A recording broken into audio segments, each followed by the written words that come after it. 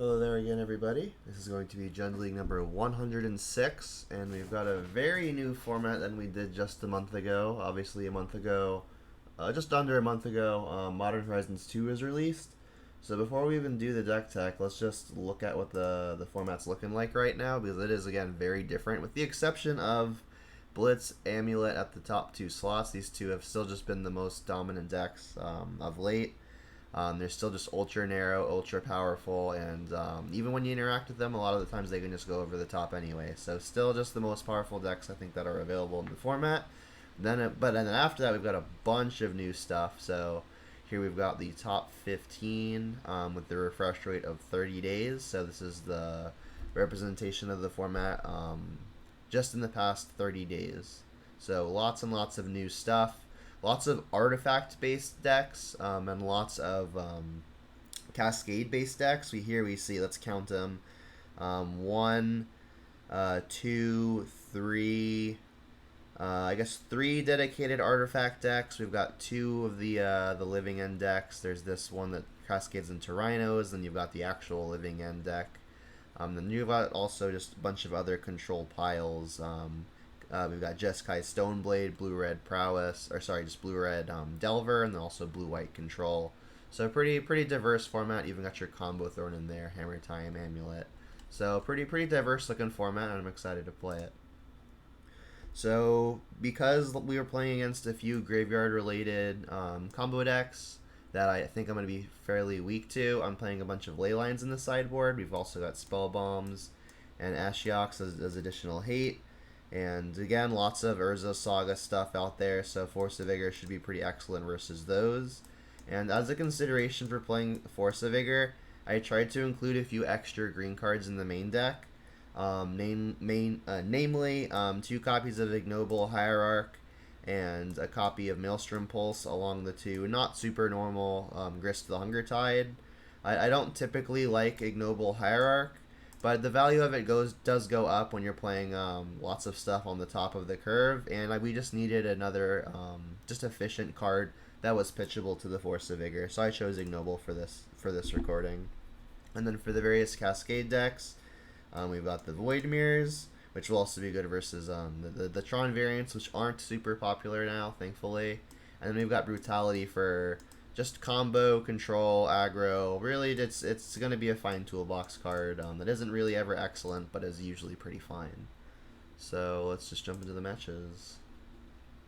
Oh, I had that window open already. There we go.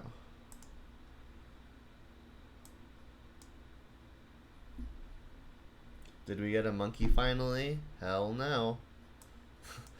They're just not available still. Pretty annoying.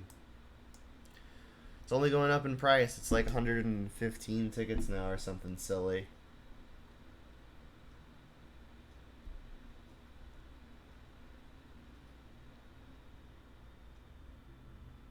You can tell me how they do when you get the copies in. Yeah, I've had people tell me that they've been just pretty good.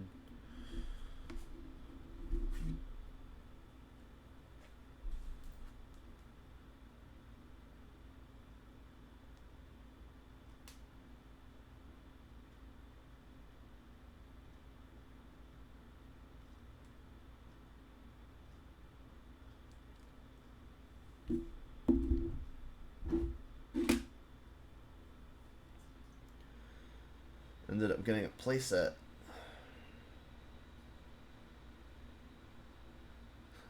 Yeah, Dragon Rage Channeler is pretty sick. I've thought about trying to get it into just traditional Jund somehow. I definitely think there's a version of it that can make it work. It kind of works on a similar axis as Tarmogoyf, in that card types matter. So who knows? Maybe we can fit it in here somehow. It's definitely powerful and it's definitely efficient.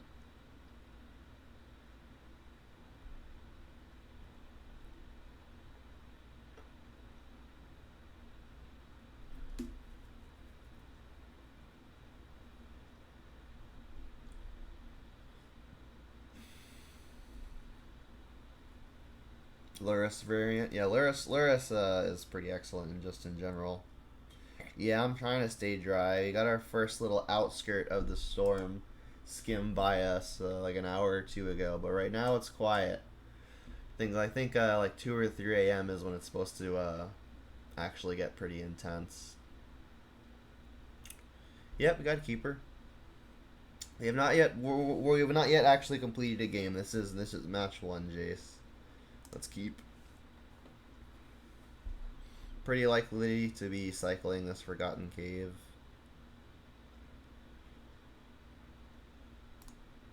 So instinctually, I would think Ad Nauseam, but I could be wrong.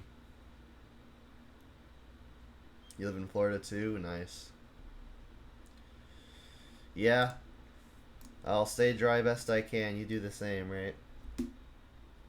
Why two ignobles? I think Force of Negation, sorry, Force of Vigor is a really valuable sideboard card right now, and I just needed more reasonable green cards in the deck.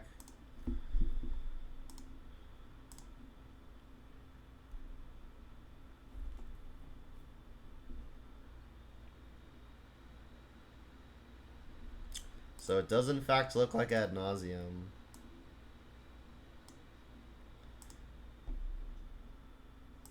Alright, so let's cycle this. Renin 6 is good.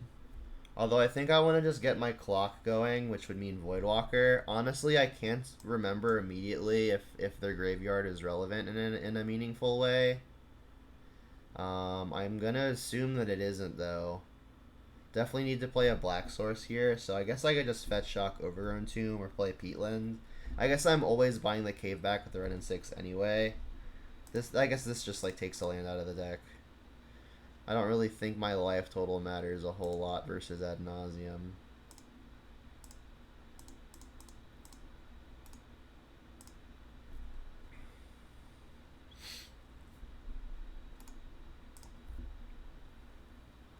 Granted, Jundling and got the cursed 2/3. Yeah, that's about typical. Perfectly average. Or I guess not perfectly average. You can't go perfectly average with 3 matches, right? Or with an odd number of matches, that is. Alrighty. I'm going to keep on taking lands out of the deck. I'm not going to attack yet. I doubt that they discard something insane that I would want to cast right now with the Voidwalker, but let's start getting at the hand. Maybe we hit something cool. Lands are pretty free to ditch. We've got infinite. Maybe we want a Liliana to snipe the last card out of their hand. You never know. They discarded City of Brass. Alright, well, I'm not casting that. Let's get in.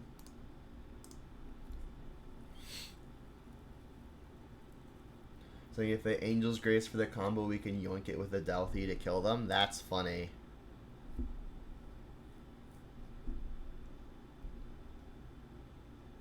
Something to think about, right? You absolutely didn't do something that evil.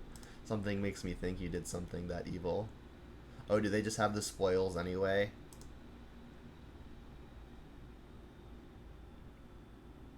Yeah, we're dead. There was no Angel's Grace involved here. We get to see their deck though.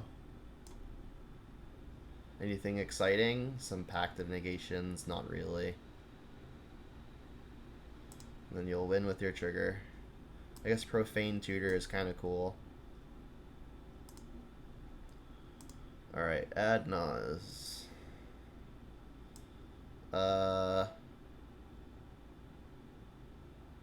Yes? Definitely want Force of Vigor. Does this stops like Profane Tutor and the Lotus Blooms. It's probably better than something else. The Grists seem like they're just going to be way too slow. No relevant creatures to attack. Terminates, similarly. Fatal Pushes are also going to be irrelevant. That's 60 right there. I am taking 2 green cards out. How many does that leave me with? 2, 5, 9, 10, 16. That's not super reliable. Is Grist maybe just better than something? Don't think I can cut any of my cheaper green stuff. I guess I could cut the bolts. Bolts can go at the face to steal a race, which is nice. But I think having green cards to pitch might just be pretty important. Bolt literally only goes to face. Ashiok doesn't really do anything versus them, does it? Like if we can snipe their Thassa's Oracle, then it does. But otherwise, they don't actually do any searching whatsoever. Drop in Inquisition? I don't think I can drop an Inquisition when they're a combo deck, though, right? That seems like it would be a mistake to me, but I could be wrong. I think this is probably fine.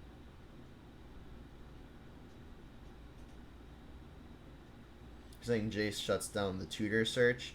Yeah, but they only play like 2 of those, and they have suspend. So like it's really not doing a lot. And then if they don't have one of the 2 cards that it interacts with, it's just a 3-mana do nothing, and that does not seem like something I'm really interested in. Let's do this. Yeah, Pulse is back. I was really trying to up the number of green cards in the deck, because like I was mentioning, I'm really trying to make these forces work. Yeah, I mean, if they've got any of their 0-mana stuff, we get to block it. We've got a quick threat. We don't have any Inquisitions or Thoughtseizes or anything like that. But I mean, if they've got a Leyline, this hand is pretty good against Leyline. They do have the Leyline.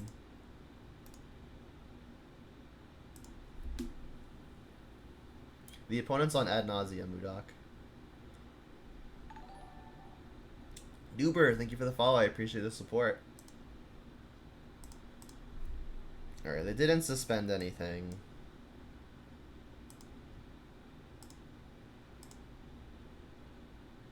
There's the Inquisition, although we can't cast it anyway. We do have Force of Vigor as an out to the Leyline, as well as Maelstrom Pulse. I think I just need to deploy a clock here, so I'll play the Tarmogoyf. Not very big, but it does something.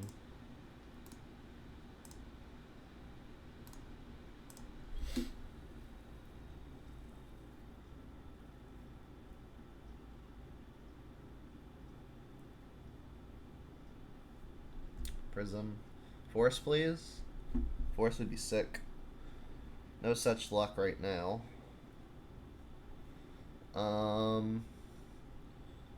Well, I guess they played Prism for 1, I just realized. I guess I'm just gonna play the Void Mirror here. Actually, no, I don't want to do that. Reason being is because it is a Nombo with the Bloodbraid, and while they don't have any Cascade, any things in exile, it's not super important that I stick this right now. So I guess that means I'm just going to cast a Red and 6. What I could do is Inquisition targeting myself and take the Void Mirror. That would add 2 types for the Tarmogoyf. We'll let that hit for a little bit harder, a little bit faster. It seems pretty ambitious. This Void Mirror could still be good, so I don't think I'm willing to do that. Let's just get this going. I guess I could leave that up. I'll attack first, then buy back the Verdant that's in the yard. Can't ping the opponent, of course, because they're hexproof. And then next turn, I'll Bloodbraid in an attempt to get some serious pressure going.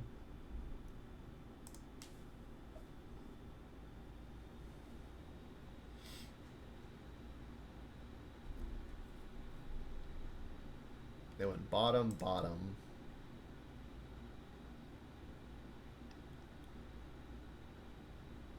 Top, bottom. And no land. Interesting. Good for me, that's for sure. Stomping Grounds, no thanks. Delphi.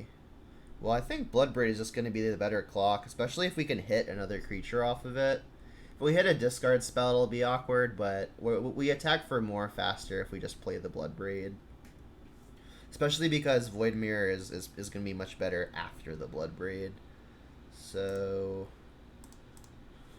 Let's just get a swamp, I guess. Kind of doesn't matter. In the event that I hit another Renin 6, I'll just go ahead and get a land back now. Because I will cast the other Renin 6 just to put this Renin 6 into the yard and add a type. If I hit one, that is. Ideally, we just hit another creature. Oh, I hit a Renin 6. Alright, well. Let's keep the new one. I guess we have so many lands. The new one actually just is higher on loyalty. So let's just keep the original. Alright, add a type for Goyf. Jam.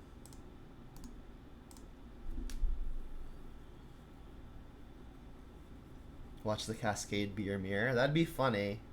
You would still get to cast the mirror because like this does the effect of this is irrelevant until it's in play. Another prism.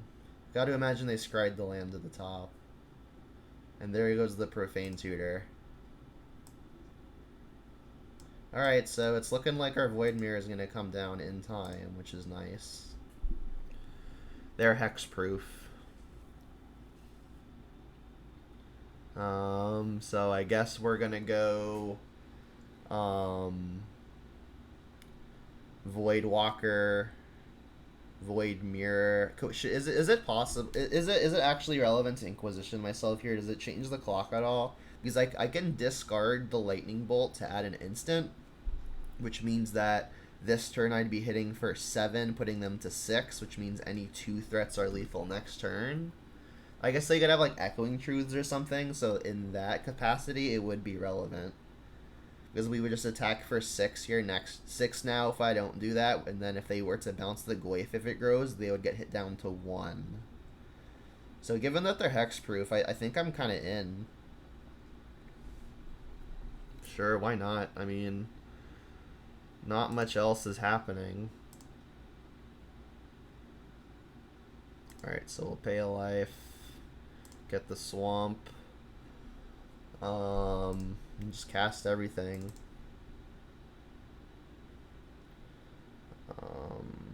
Void Mirror. You're saying I can just bolt the Goyf? Oh, that's true too. This wouldn't die. Yeah, I guess that keeps the card in hand. It's just free to do it that way. Yeah, it makes sense to me. Good catch. I get caught trying to be too cute sometimes.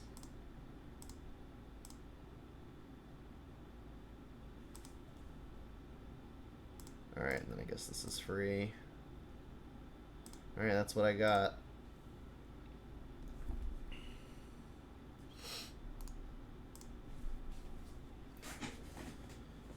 Yeah, Titan is kind of dying down, although Amulet Titan is still the second most represented deck at the moment.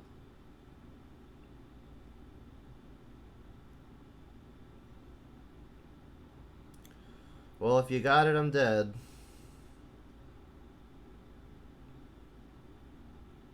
They didn't have it, I guess. And they are just dead, right?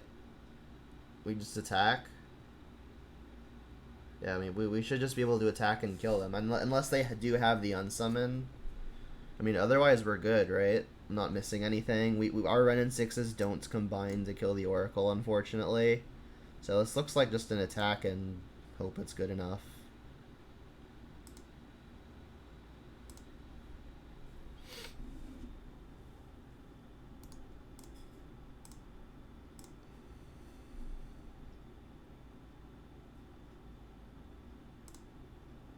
Yeah, like an Angel's Grace? I guess that would make sense. But they're still pretty far from actually executing the combo, so I'm still probably in a good spot at that point. Sure. Why didn't they respond? Was that just a misclick? I don't know if I'm missing something, but I don't think that I am.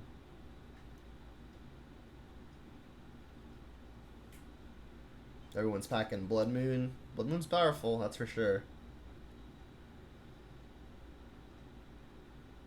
What did they even reveal? Not good stuff. Alright. So did they just misclick? I could be wrong.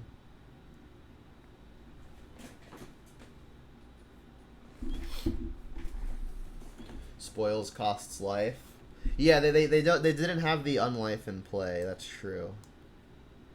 But like they can still try to get lucky. Like if they're just dead on board, they should probably just try to get lucky because they're not living another turn anyway. So brutality takes instants and sorceries. It makes me even weaker to the ley line. So I mean maybe just the 6 discard spells are enough already. Probably just are, to be honest. Kind of want to just keep this. It's like brutality is obviously going to be like just fine if they don't have leyline, but if they do have leyline, a lot of my cards do nothing. I think I'm just going to resubmit this. Everything in my deck feels like it'll work at least a little bit.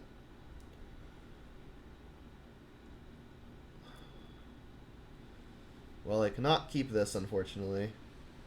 Is it better than Bolt? Definitely possible. Mulliganing this, that's for sure. Brutal. Well, mulligan again. Yeah. Bottom that. I gotta bottom one more. So I could kind of gamble that they don't have the ley line. They've mulliganed to 6. So I mean, it'll feel pretty bad if they've got the ley line if I keep this. But like I also like need the lands to get to my more expensive stuff. I mean, if they've got the ley line, I've got the force. Yikes. So I think what I'm going to do here is actually intend on casting force, pitching Bloodbraid, and then keep the Inquisition, which means I can bottom a land. I'll bottom the Peatland, so if I draw Renin 6, it's good. Because I'll have the fetch to combo. Didn't have it.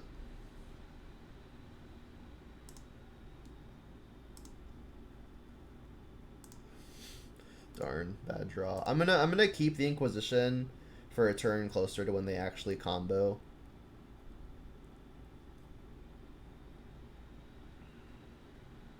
Profane Tutor. Yep. Overgrown Tomb.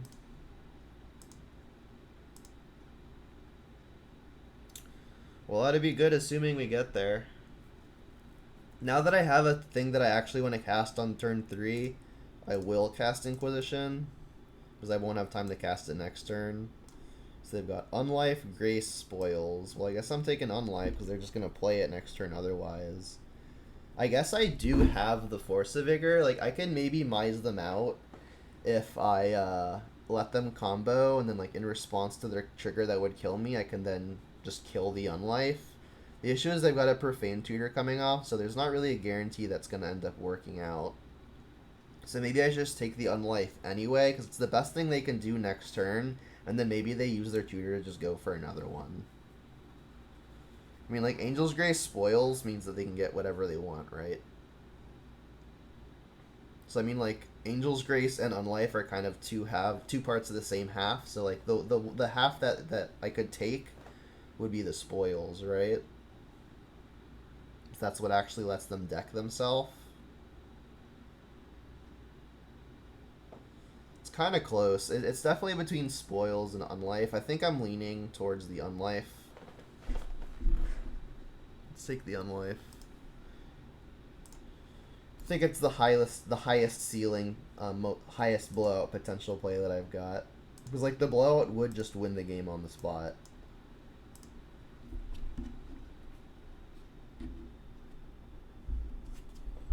But yeah, getting kind of punished for having this in the deck over the brutality. Land, please. Not a land, but at least it's something I get to play.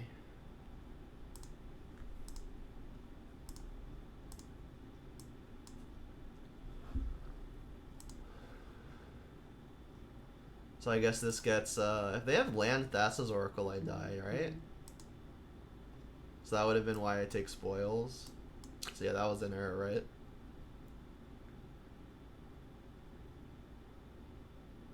Yeah, there's the land. So I have to be dead here. Yeah, I punted. Should have taken the Spoils.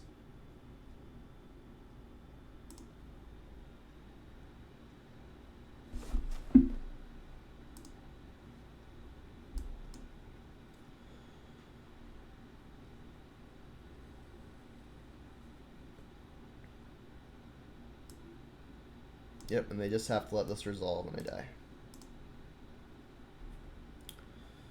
Oops. Alright, match 2. Yeah, I mean, had I taken the right card, I definitely have a much better shot. I didn't have any pressure, so it's not a foregone conclusion that I would win, but it would have definitely been a lot easier. Yeah, I think I just, like, leveled myself into losing that.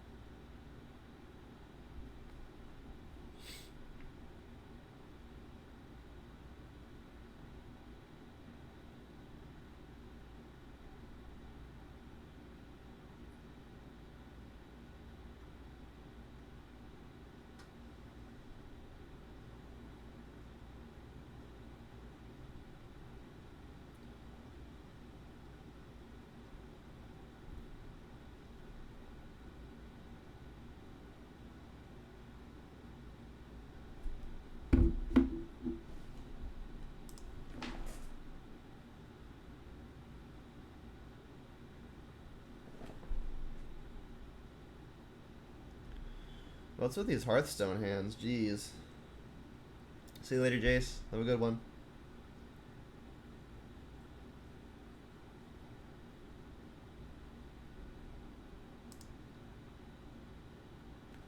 There we go. Keep. And I guess I'll bottom a land here. If I draw run in 6, I want to keep a fetch, so I'll bottom Redundant Tomb.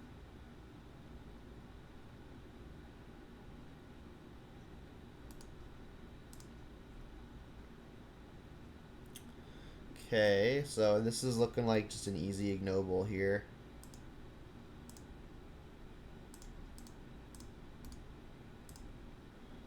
Please no zap.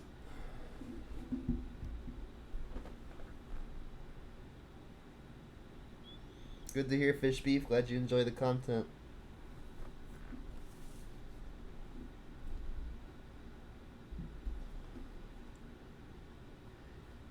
Hey, my ignoble didn't die yet. It's okay, they've got Ren in 6.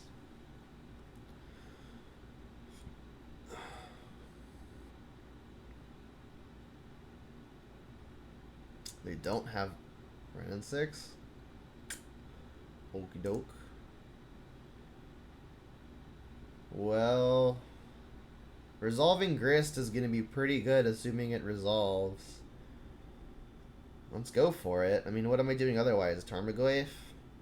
Even if I play the Goyf and it resolves, I don't even get that far ahead. It's Slam Grist time. I guess my mana is so good I can just preserve my life. I don't really know what the opponent's doing yet.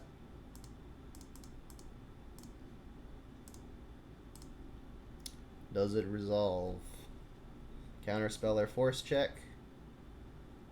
What did you miss, Halsey? I kind of misplayed game 3, and it did not work out. Hey, it resolved. Nice.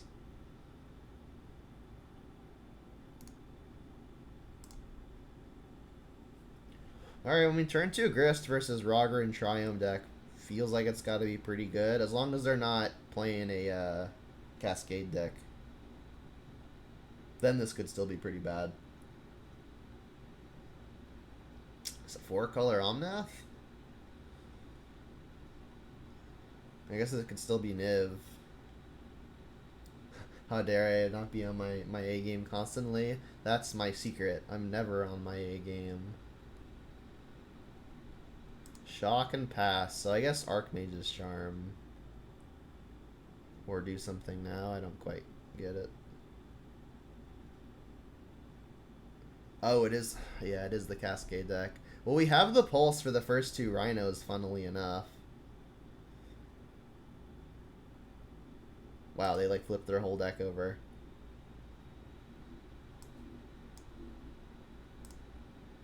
Having the pulse, paying off. Funnily enough. We can even attack with an insect through the Shardless Agent. That's kind of funny. I guess they could still have Force of Negation. With the Grist and the Liliana, we could actually maybe even grind through a second copy of the Footfalls. So we'll see. We'll see how this goes. All right, let's try to resolve this though. Yeah, 10/10 for 3 mana, pretty good. Holy crap, it worked. All right, make another thing. I guess play this. And then we get to attack for 2 because of Exalted.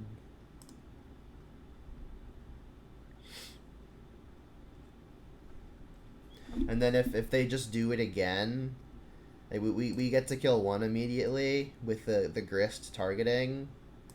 Unfortunately, the Liliana is going to just eat a Shardless Agent.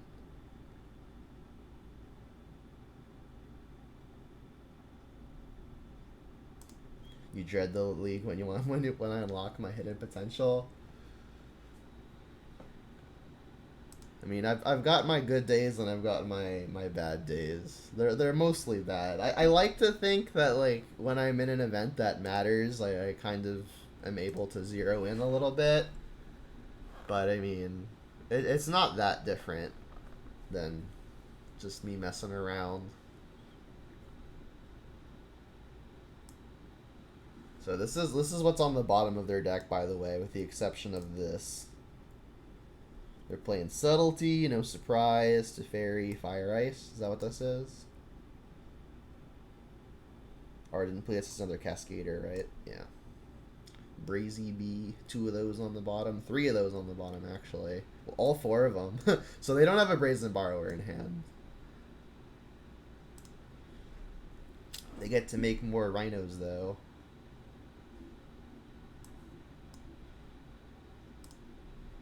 Alright, how many stupid rhinos do we have to get through?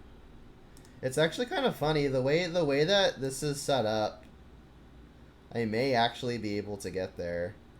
This actually, having Exalted means that if I were to use the Grist would just die. Kind of unfortunate. That means I have to jump, which I will do. Otherwise, I think I was probably okay just letting it go to 3. But I don't think I'm wanting to lose it completely. Them needing to attack it might buy me more time.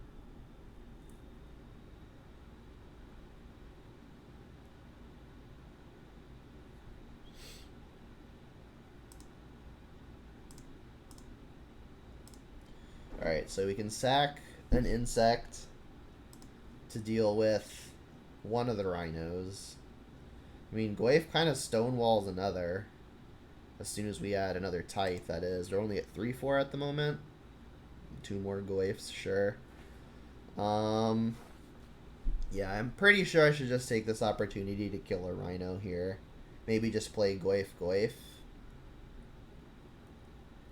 I could plus the Grist and just hope that we add a type for Goyf, but we would actually have to add 2 types somehow, because if they just attack with 1 rhino, it's going to Exalt.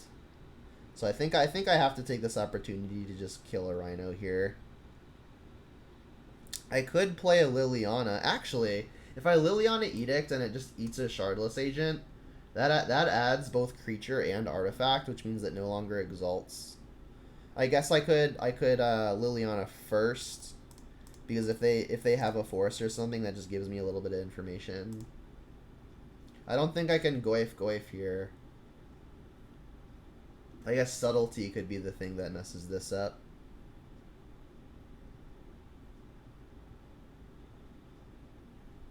And that worked. Sacrifice your 2-type permanent, probably.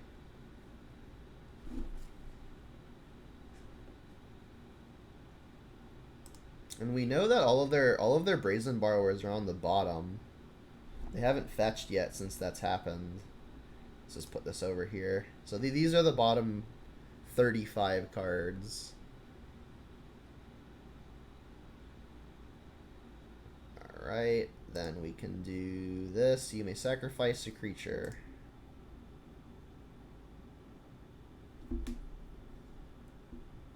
Sacrifice insects. Kill a rhino.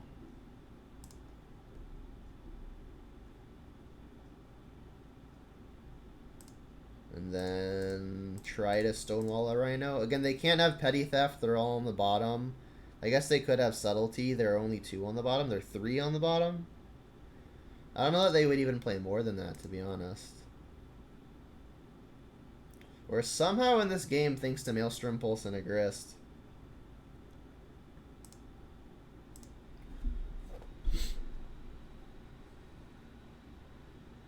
I mean, they could still just play more rhinos, but we worked through basically 2 of them already.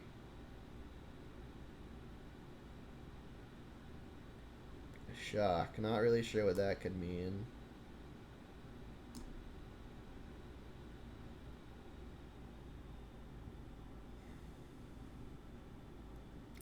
That's actually pretty annoying, because now it's got double exalted. Surprise, more rhinos.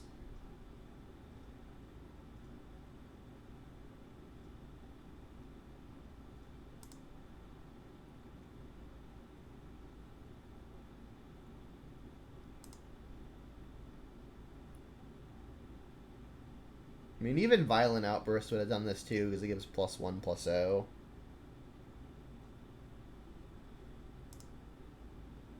So a block means that Grist survives. I could then sacrifice Ignoble to kill a rhino.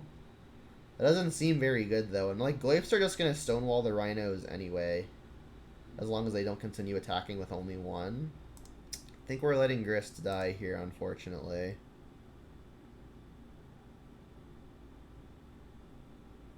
Surprise, more rhinos. Yeah, pretty much. They did shock here, though, so they've got to have something that costs 2. So that's either probably Fire Ice. Can't be Petty Theft. Those are all on the bottom. What's up, Nick? Stomp makes sense. The Liliana wasn't even doing very much there, so the Stomp is kind of weird to me. Like, maybe they wanted the Stomp for a future turn where I block with the Tarmogoyf and they finish a Glyph off.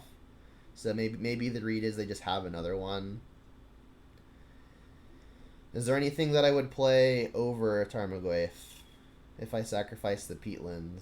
Probably not. It's like only Bloodbraid, but Bloodbraid doesn't even block very well. I think I'm just going to play the Goyf because that makes their attacks worse.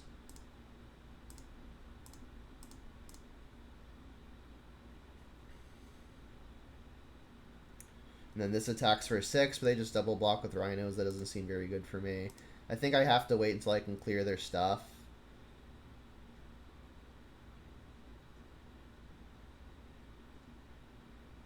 Do your eyes deceive you? Is that a pulse? Nope, they don't deceive you.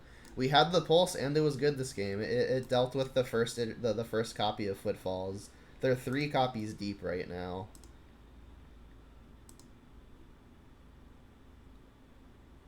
Or the plus is getting better cards. Yeah, the plus is asymmetrical, so that there is some value there. You're right. It's like we're hellbent. They're not. That's true.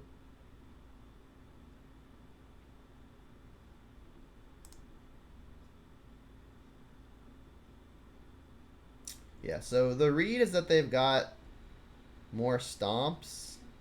I guess the way that they've attacked, I could just sacrifice the Peatland first and get some information.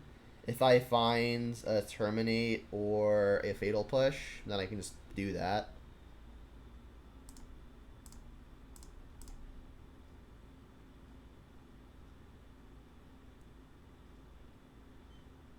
Voidwalker.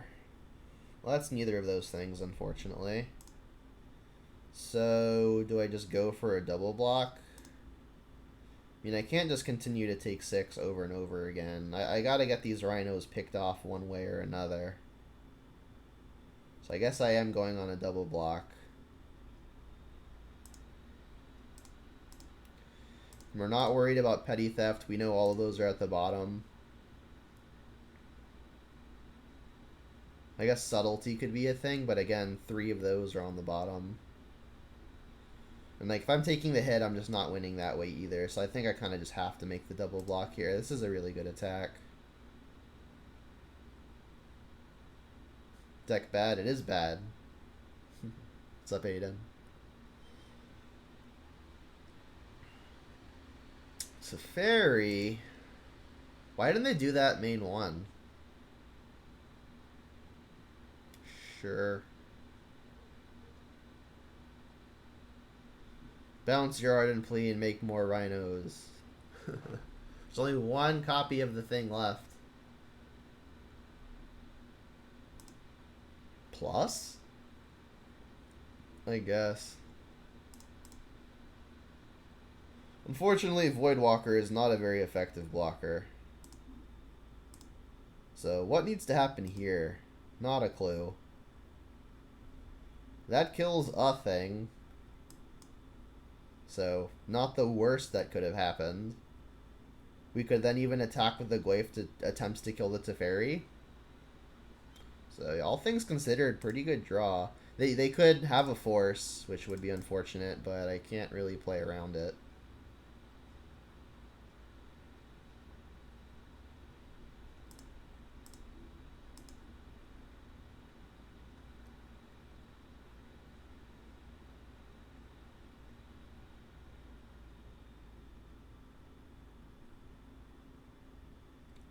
Somehow almost through all of these stupid rhinos. I think I will attack the Teferi if they don't ice it here. My Liliana just isn't really worth much anymore. And if they don't want their Teferi just dying, they have to block with the Rhino. The read was that maybe they had another Stomp, but the Exalted means we get out of that range.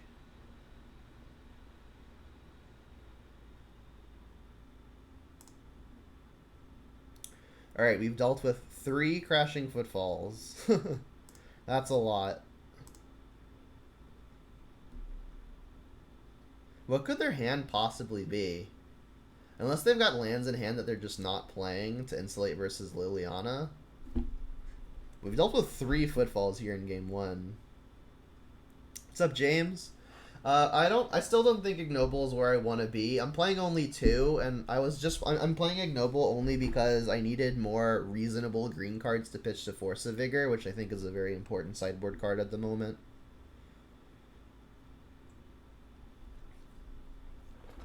Alright. Show me the rhinos. They're out of rhinos? Are they only playing 3, or is one of them in hand?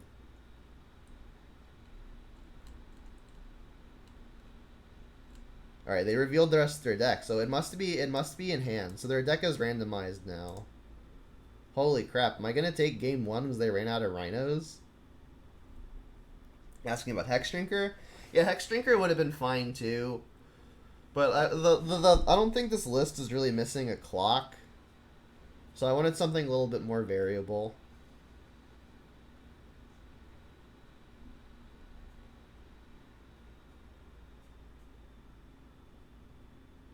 Fire. Divide it as you choose. Why didn't they kill Ignoble? Sure. They could have like 1-1'd it, right? Saying Foundation Breaker? Jeez. Yeah, they definitely should have killed the Ignoble. You can bounce my my Goyf now if you want. I'm still not even guaranteed to win this game. They're plussing again? Wow. Like, they still just have Bone Crusher out on Adventure, and they've got Brazen Borrowers and just various 3-mana flash flyers that are all going to be pretty problematic. So, I get to attack the Teferi, they have to block it, right? I guess I could go at them, but then they still have the Teferi and the creature in play. I think it's probably going to be just more worth it to go at the Teferi. And I guess I should have played Voidwalker first, right? Because then this would have been exiled, and then I could cast a Shardless Agent.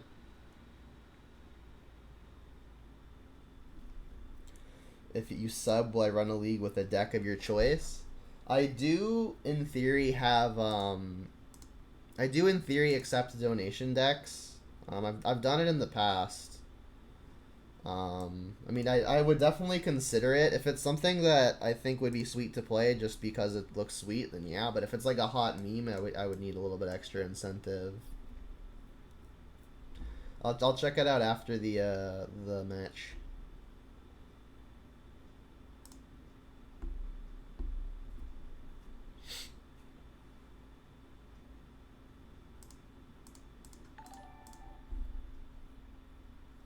Reactive Tortoise, thanks for the follow. I appreciate it.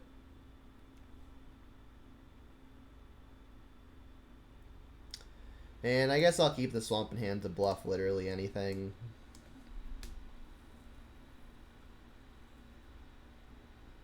James says trying to lower to the ground Gemless with Ragavan. Yeah, I've heard some people having success with Ragavan. Makes sense. Card looks good. And James, thank you for the resub as well. I really appreciate it. 9 months of support. I think that's the longest. There might be like 110. You'll DM it to me? Cool. Yeah, I know it's you, CJ. I remember the name. There's the Bone Crusher Giant. They like have to minus with the Steferi now, right? Finally. So I mean, Voidwalker gets to attack the Steferi down though. And Aiden also with the sub at tier 1. I appreciate it, guys. Really do. Gotta quit my day job, right? Nah, I won't do that. And Nick too. Wow. All my friends subbing. Cool. Appreciate it all. Happy year so far. Yeah, you're at 6 months. Yes, this is game 1. We've worked through 3 copies of Crashing Footfalls. We had a Maelstrom Pulse for the first one, and then Goyfs have Stonewalled all the other copies while Grist has been picking them off. Who needs a degree? Not me, that's for sure. Why is the opponent wasting clock time? They still play a bunch of 3-power flash flyers, which we could be in trouble to. So let's, I think, go on the Teferi here. I don't want them being able to dig. This got Shadow, so they can't just block it.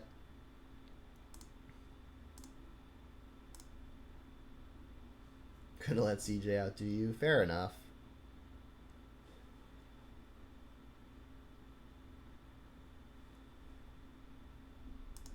Alright, kill your Tef. Whoa, and Smirabito with the gifted subs. Wow. Hype train, I guess. I really appreciate it. Oh, it was Udok. It was Smirabito got the sub. Udok gifted the sub. Congrats to Smirabito and KO Diamonds lurking in the shadows. I see you.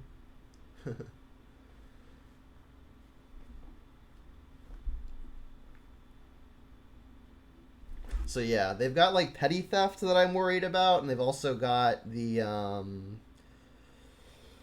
subtlety that I'm worried about.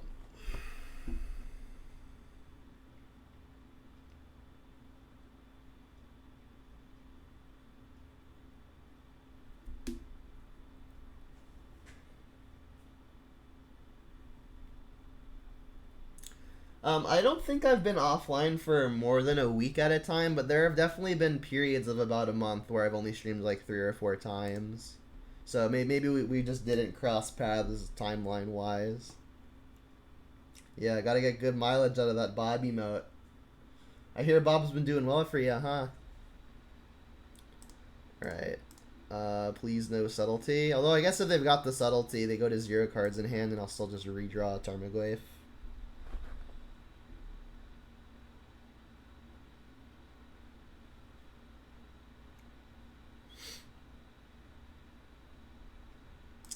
We're somehow ahead in game 1. That's pretty insane to me.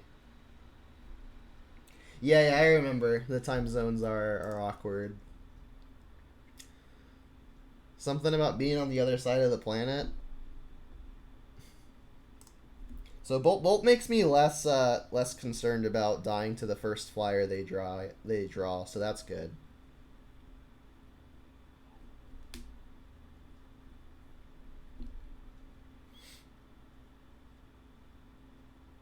Wonder if their deck runs an endurance. It does not, and we only know that because they've cascaded through their entire deck already, and we know it's not in the deck. It could be in the sideboard, but it's not in the main.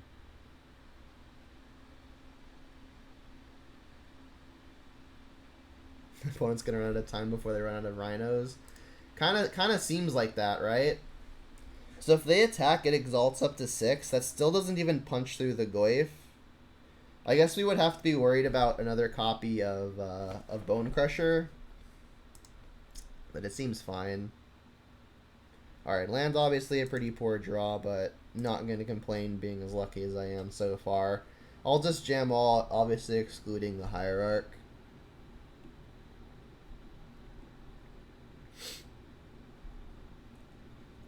What could they possibly be thinking about? I honestly don't know.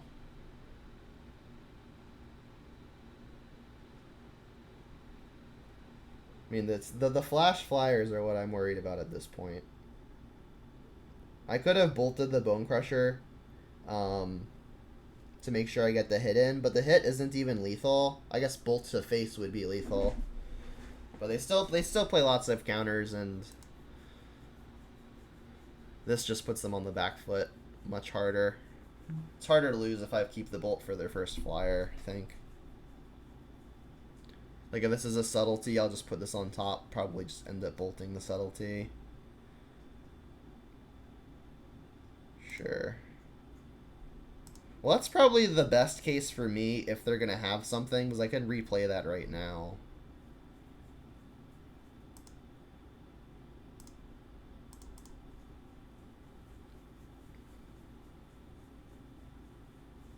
I received a level 1 hype train emote. I don't even know what that is.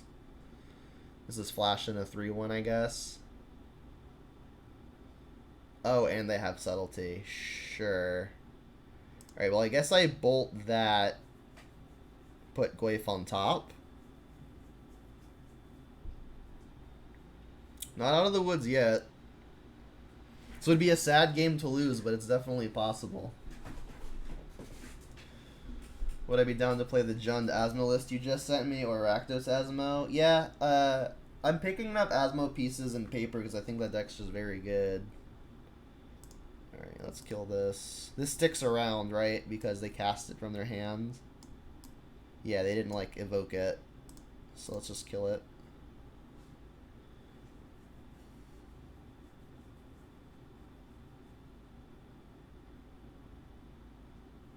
No respect unless you say the full name.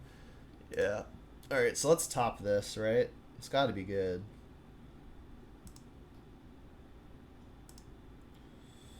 I mean, funnily enough, Voidwalker Exalted twice does just kill them.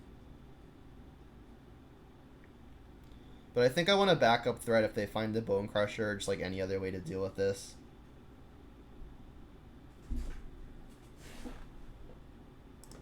So they'll attack for 6. I'm gonna, I think, take the hit. Right? I take the hit, go to 9. If they flash in Brazen Borrower, they can attack for 7 or 6. If they have Stomp, that would just kill me. But it also shortens my clock. And like my Goyf stonewalls this anyway. So they can't bolt me. They'd have to have 2 burn spells. Yeah, I'm taking this.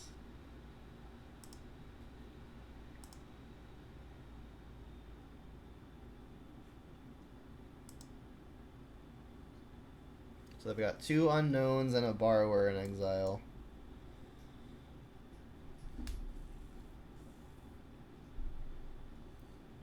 Asmora, something, Koldakar. Right? That's how you say it?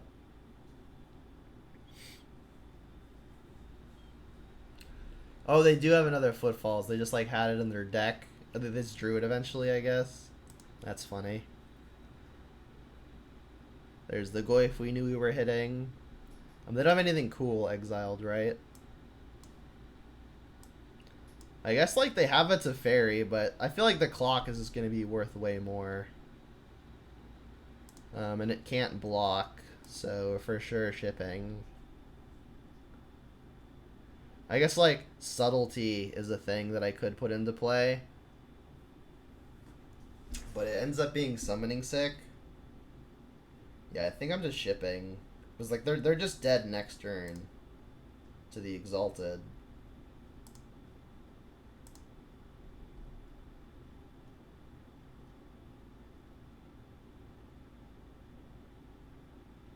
Are we gonna get there?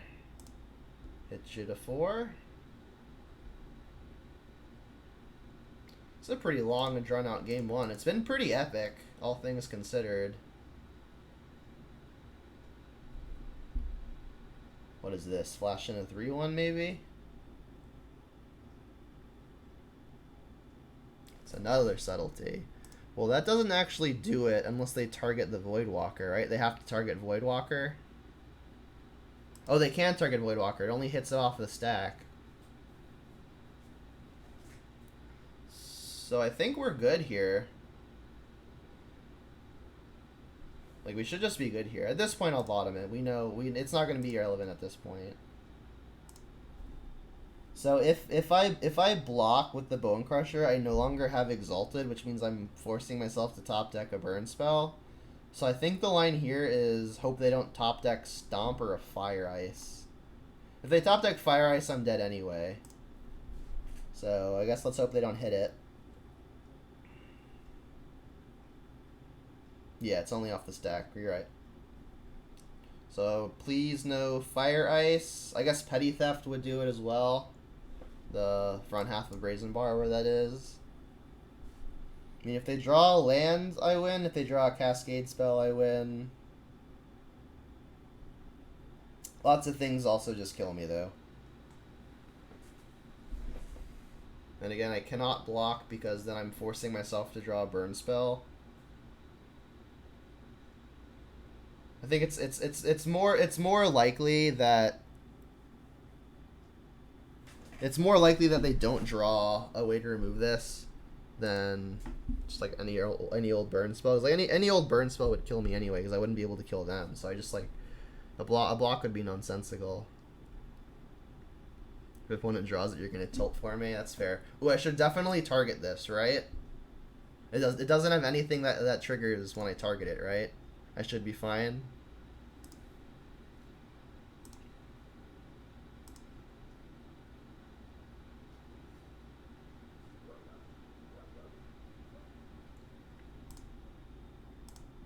Trigger. Did you draw it?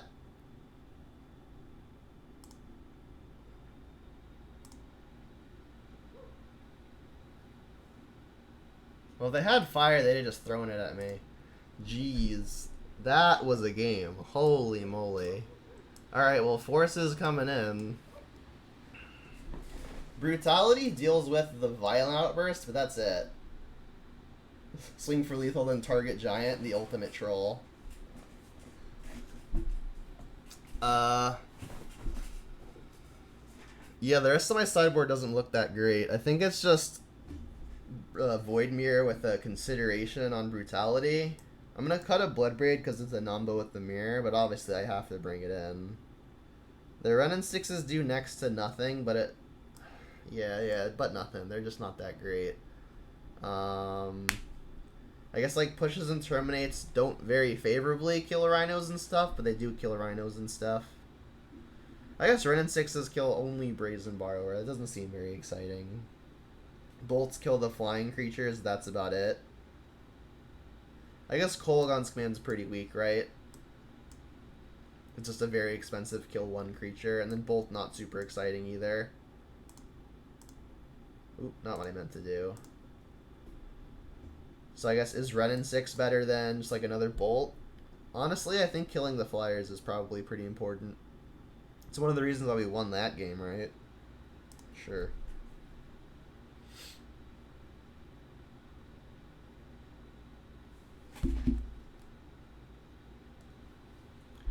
Well, we've got the Void Mirror, so gotta keep.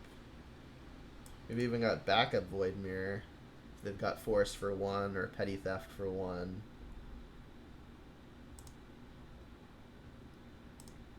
We need Inquisition Thoughtseize. No such luck as of yet. I mean, I like definitely kind of have to slam it on turn 2, so this was the window to find it. I could Brutality, but that only defends me versus the instant. It doesn't defend me versus the Ardent Plea or the Shardless Agent. Missed the start. Can I repeat the Maelstrom Pulse? Well, as far as like a deck consideration goes, I was looking for more reasonable green cards to pitch to Force of Vigor. That was on the list.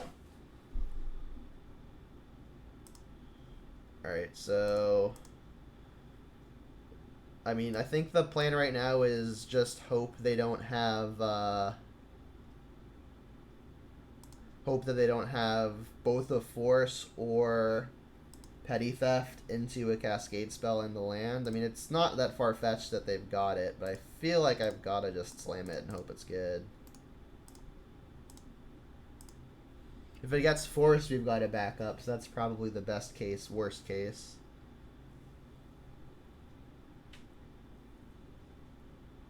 Yeah, no problem, Wayward. So now I can't terminate without shocking myself.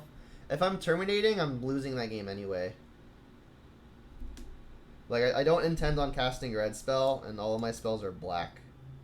I think Tomb's probably just fine. This is going to end up getting Stomping Ground.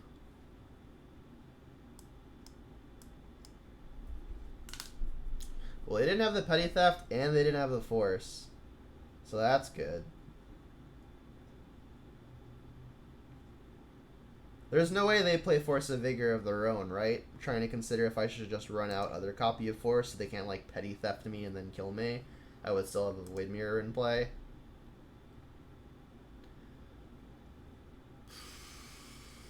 Yeah, I kind of like just jamming Second Mirror. That means that if they've just drawn Petty Theft now, I wouldn't immediately die. And then as soon as I have 2 layers of insulation, I'm kind of feeling like I'm free to do whatever I want.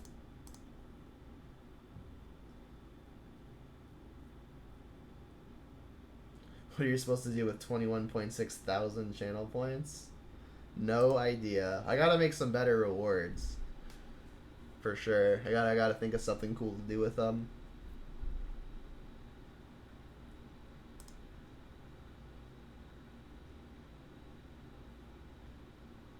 Play around the card that I know about? I don't know about anything though, right? Make me drink water every 5 seconds so I piss my pants? Valid. Alright, so they had the Force now. I guess maybe they had it last turn, but that means just no blue card. If that's the case, that means they don't have Ardent Plea, and they don't have the Shardless Agent. So if their only Cascade spell is the Violent Outburst, this Brutality might actually just be good. Which means that I'm going to probably prioritize going Brutality into Goyf next turn as opposed to Liliana to work at the hand.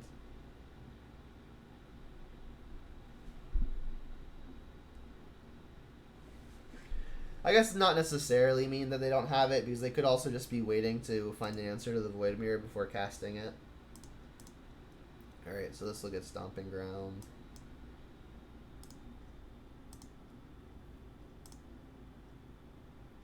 Another Liliana. Well, I still want to get the pressure down, and like I said, their payoff is likely to be Violent Outburst, given they haven't done much else.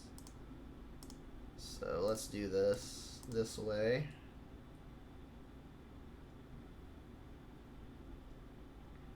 And if they Petty Theft me now, I can just replay the Void Mirror off of the Peatland.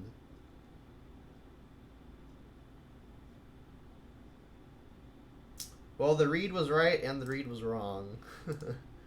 So they are in fact just waiting for a way to deal with my my stuff.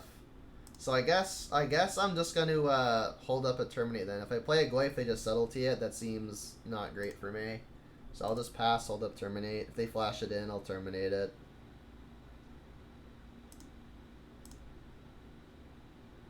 They probably will flash it in.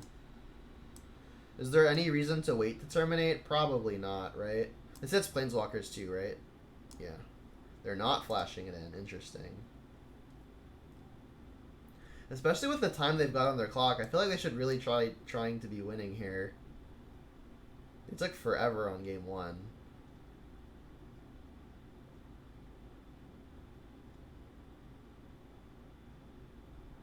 Alright, and they played the land that I did not know about, so we've got perfect info. I could play Goyf now, but it's just gonna get subtletied. I mean, I could just force the issue. I can play Liliana now. They'll subtlety it. I guess I put it just on the bottom. Terminate. No, I'm gonna pass. There's just like with them so low on time. Like I'm just so ahead, just saying draw go, draw go. Yeah, they definitely should have conceded game one. They played 10 extra minutes when they were behind the whole time.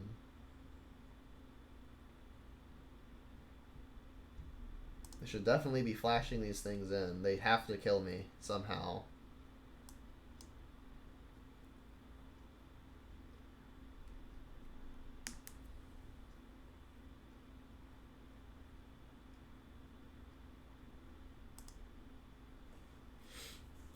Don't think I want to sacrifice the Peelin just yet. There's not really anything that I'm like digging for. Like I said, like I've already got the tools to play the draw go game. Kind of just fine continuing that plan. Let's get more red in case I draw like more red spells, obviously. Grist. Go.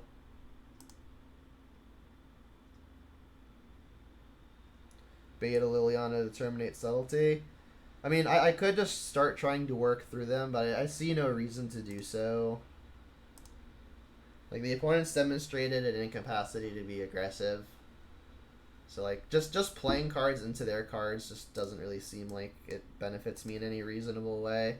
Like, if I could do two spells at the same time, yeah, but I think I want to be holding up the terminate so they can't clock me with as little time as they have. So, like, if I draw a land next turn, I could, like, Goyf and Liliana and terminate, and that I think might be worth it. But I'm just going to continue saying draw go, as long as they just don't want to do anything.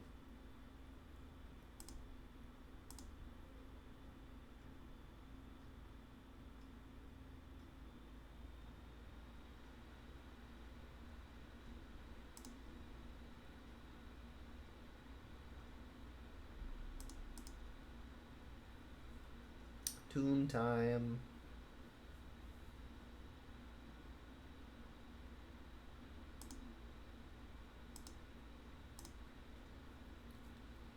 Alright, so that's the 7th land. I'll go for a spell now. Which one should I go for?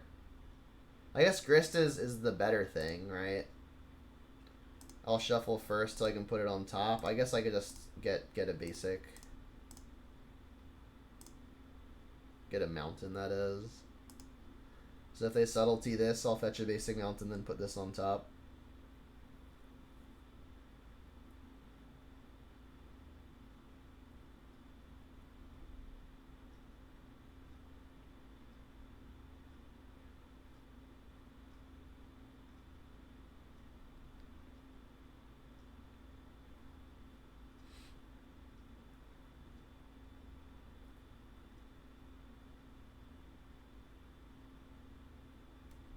You gotta tap 2 blue, opponent.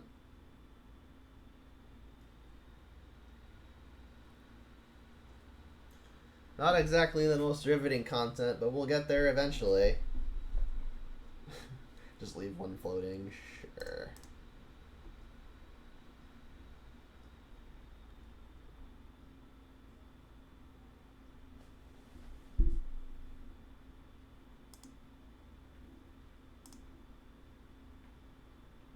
Yeah, they had so many blue cards. Their hand they must have like just drawn the force. They can't have Veil of Summer in the deck because they're trying to Cascade, so it just wouldn't make any sense.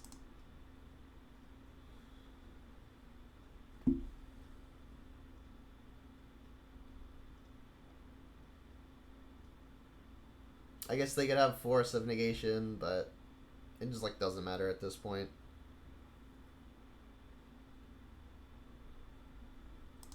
Trigger. What did they even pitch? Art in play.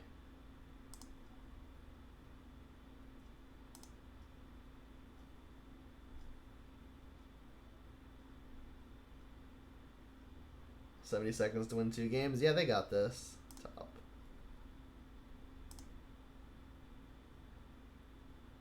Wait, where did their... I was gonna say, where did their subtlety go? I terminated it. Go.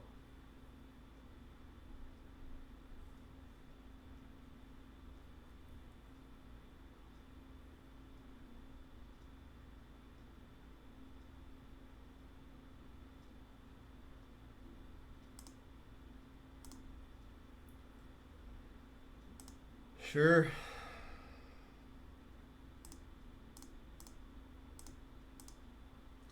They want to subtlety this, I'll just Liliana Edict. They could hard cast a force, but again, it really doesn't matter. We're in garbage time. Been in garbage time. They're doing their best.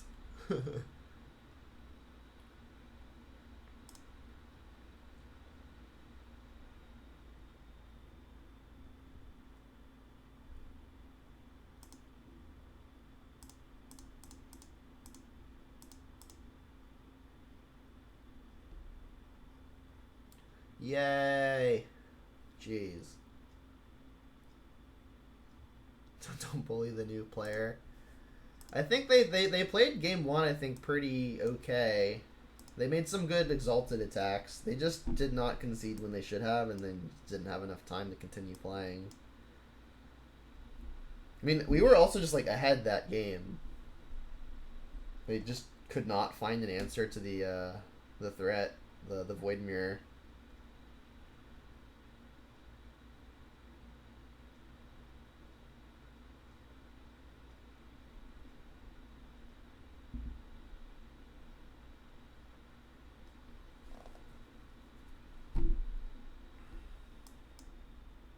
And that match got me hungry. I have to get a snack in a sec. Kevin Flakes, thank you for the follow. I appreciate the support. Maybe new to online. Yeah, but I feel like people who know how a clock works understand that when it hits 0, it's not a good thing.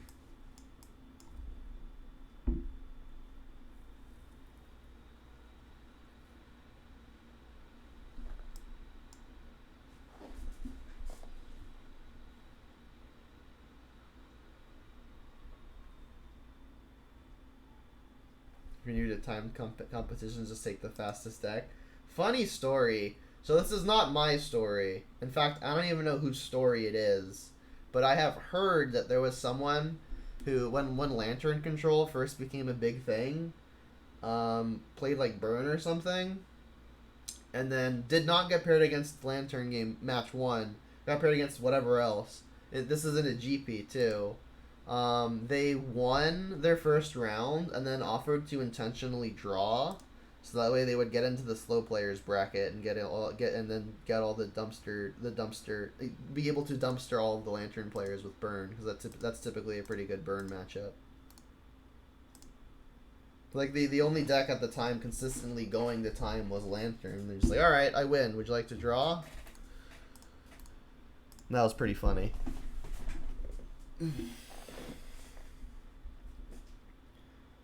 Prismatic ending, right?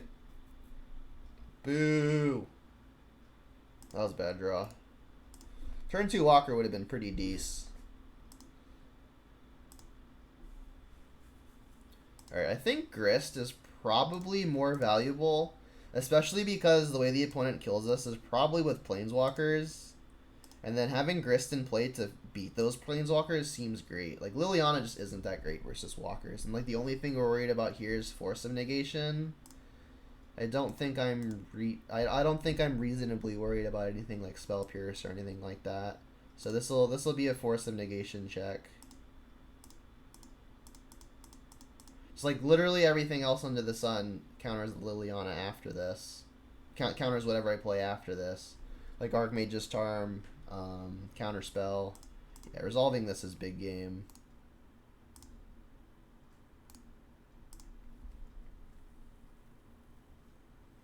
I guess they could Prismatic ending it for 3, but they don't, so that's promising. All right, let's lead on an attack for 1. My little mini Bitter Blossom going.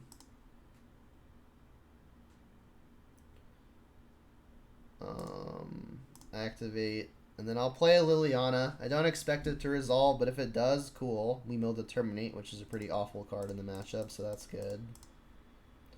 If it resolves somehow, I'll pitch Mountain, play the Peatlands, and then probably pitch Push next.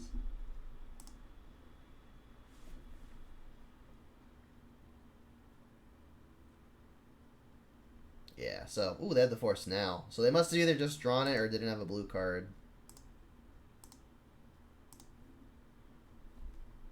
Your friend? Oh, yeah, right here. Okay, Ian. Yeah, and Grist means they can't just tap out for a Walker here. It just wouldn't work. Attack.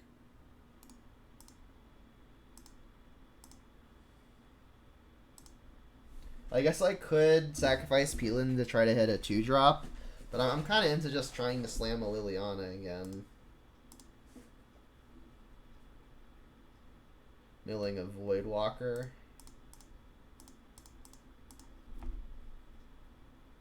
If it resolves, I'll ditch Mountain. This could just be like counter bounce. Oh, just counter, sure. Yeah, so playing Grist over the Liliana first, paying off big time. Versus all the multi for ones that are bound to happen. Getting pressure and play on top of a Walker feels pretty strong.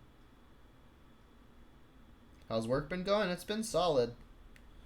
There goes Grist. You did your job.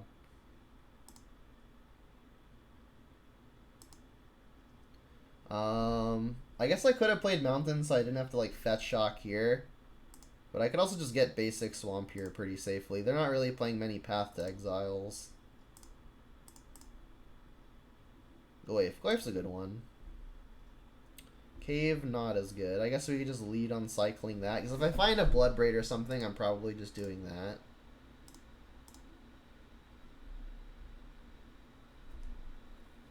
Another Liliana. Well, I'm probably just doing that. I guess I can attack first. Liliana is less susceptible to just getting blown out by like a Verdict or something. Goyf is good because it's more pressure, but we don't even get to kill them next turn anyway. We put them to 9. We have an attack for 8. I think I like just continuing making them have answers. If this resolves, I'll ditch a Mountain. Maybe want to keep the push for the Colonnade. Mountain isn't really doing anything. I'm a mechanical engineer by degree. Not HVAC. Although I did take an HVAC class and that was pretty cool. Is it Tef time? Oh, it's Colonnade time. So I guess this is smacking down Liliana.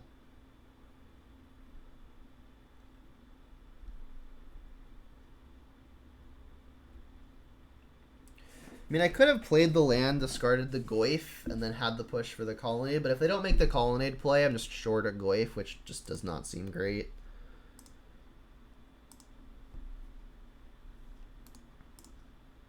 Hit for 3.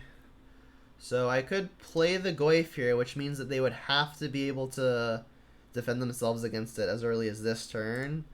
It's a lot weaker if they have a Verdict, but giving them time to find literally anything also doesn't seem great. So I think I'm going to play it here. Like, it's Verdict or bust. Although if they've got the Verdict, we could easily lose. Stoneforge, okay. I can push that. Let them make their tutor decision first. They get Batterskull and I guess have the land. Sure. So they get to, I guess, play Batterskull. I can push the Germ. They'll then have to chump with the Stoneforge on the Goyf. Also, any removal spell would just be killing them.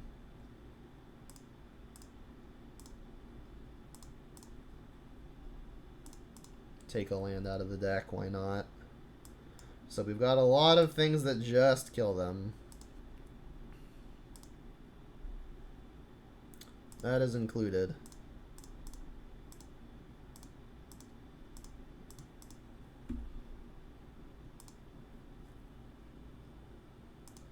Liliana number 4.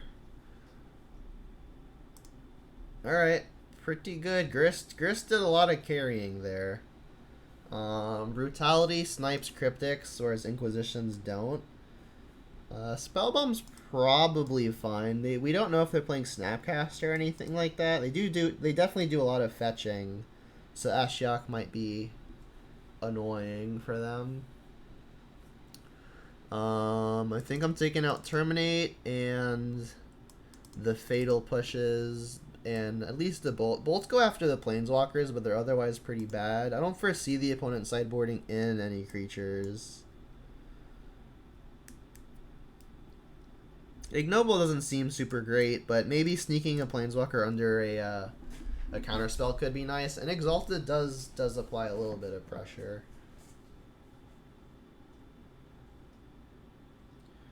Say who does a lot of fetching? Oh, the opponent, yeah, fetching versus fetching, yes. Not yet. There's been a lack of salt in the chat today, which has been a nice break. I think I'm just doing this. Like, the deck just seems like it's gonna line up pretty fine versus the opponent, just kind of as is.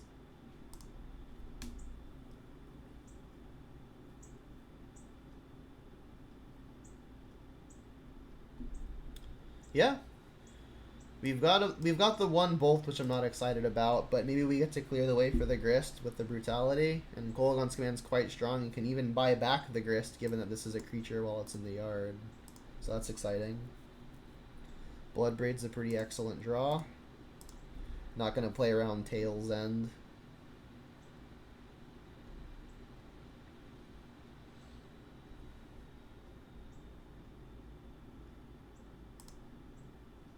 Tail's End me, I dare you.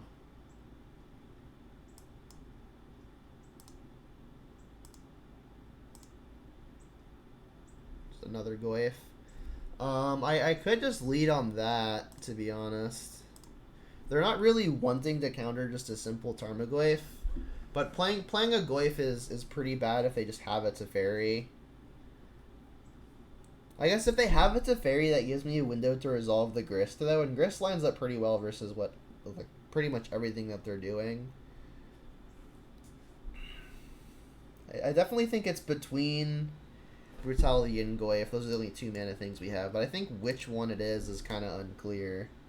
So, like, if we play the Goyf here, I guess they counterspell it. But Goyf is better versus Teferi because that gives us a window to hit the Grist, barring a force of negation. And Brutality does kind of scale up with time, whereas Goyf isn't really going to have its time to shine until much later, so maybe now is to make their turn awkward is a good time. Sure. Like, they could Bolt it, but I don't think they're playing Bolt in the deck. Like, they just play red for Prismatic Ending, right?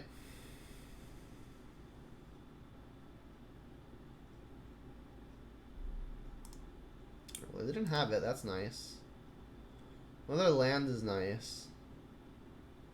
So I could just go for the Grist now. If they go for the counter, I could just buy it back at some point. And then having Bloodbraid means that my mana is going to be kind of tied up. So, like, this is more of a turn 5 play if I'm going to be comboing it.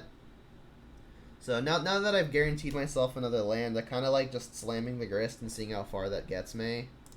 Let's do it. Because if it resolves, excellent. And if it doesn't, we're attacking for a little bit more and still just have powerful follow-ups. Resolving is curious. We even bend the sorcery for the Goyf. Cool. Sure. Is this like a Terminus version?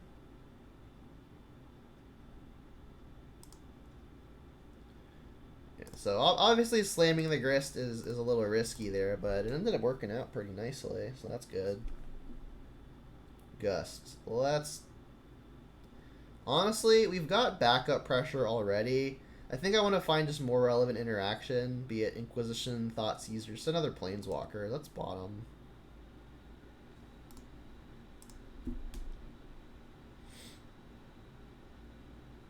Like I said, Goyf is pretty unlikely. to go all the way. I don't think we're really needing to assemble like a substantial clock until much later.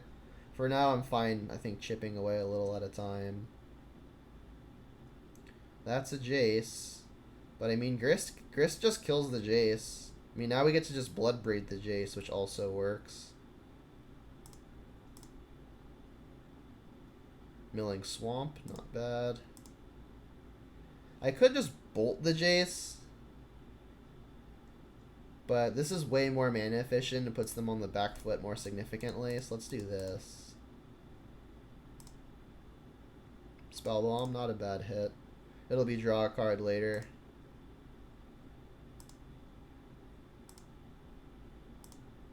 Kill Jace. So far so good. Yeah, and I'm really not scared about future Planeswalkers either, because Grist just destroys them, literally. Field of Ruin, sure. Sure. Sure.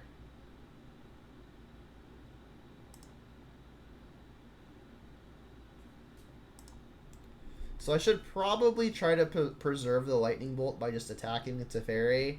If they use a removal spell on the Teferi, or on the Bloodbraid that's attacking the Teferi, I can then just bolt it.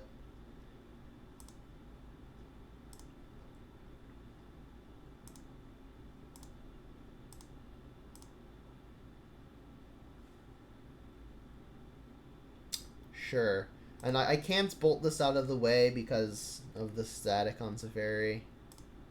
But I'm going to get to kill the Teferi here, borrowing a Force of Negation. But not even then, because I have the Kolaghan's Command if I'm truly desperate.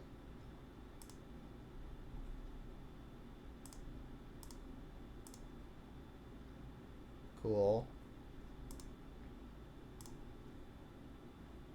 Binning a Liliana. I would have liked that one, but oh well.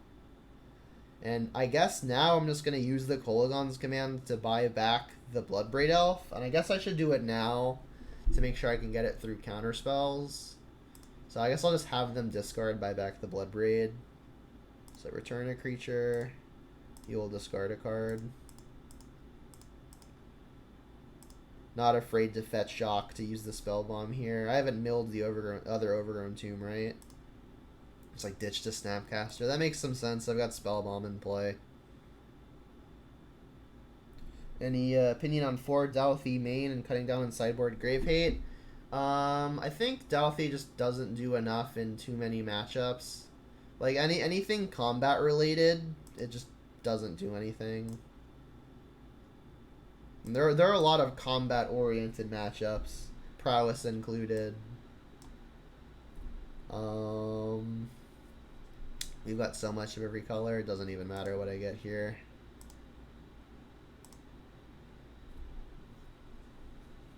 Alright, I guess this is the Brutality into Bloodbraid. We might not hit something, so maybe I want to save the Brutality for a turn where I'm really trying to sneak something through, but I think it's pretty likely that this hits something. I mean, I guess I could just Bloodbraid first, because if this hits a discard spell, maybe there's not 2 things to get. So yeah, for that reason, I think I like leading on the Bloodbraid. And we did in fact hit Inquisition. Cavern and a Verdict. Alright. Why do they have Cavern of Souls?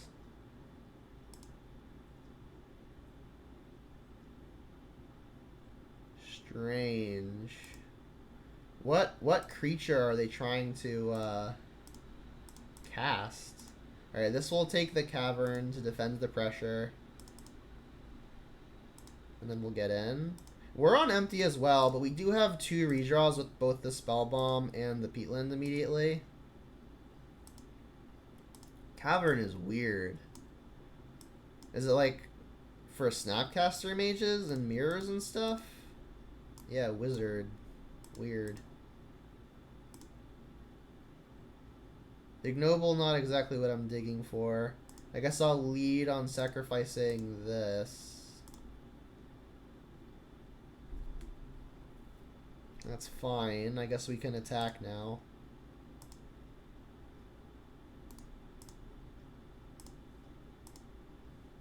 Should I pop the spell bomb now? Is there any reason to? I guess if their last card is third copy of Snapcaster, then yeah. Because I could play the Goyf. I'm not sure how many copies of Verdict they could be playing. I guess they could like snap Verdict, but not if I get rid of their stuff. We'll still have how many types? We'll have Artifacts, Land, Sorcery, Planeswalker. We don't actually have Instant or Creature. No, we do have Instant, so it's just Creature. So Goyf would still be 5/6. That has us attacking for 9, which is 1 short of lethal. It's probably worth playing the Goyf, but that definitely means I'm sacking Spellbomb first.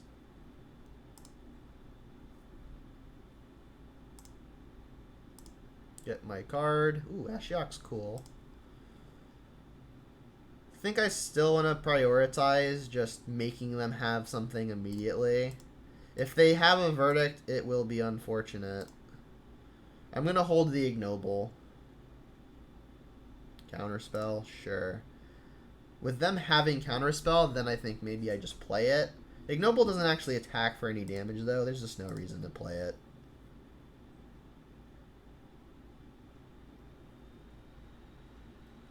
Yep.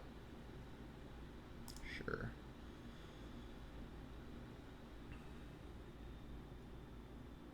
So they definitely have some draws that would be good for them. Verdict would be good. A Planeswalker would be good, but I can pressure it.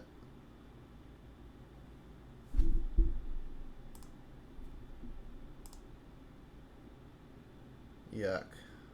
What is this? Click. Yep. Is this a wizard? It is. My hand's not that good. They should probably just let me keep this. Wow.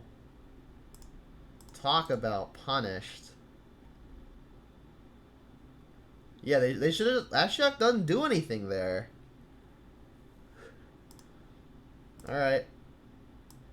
On to match 4.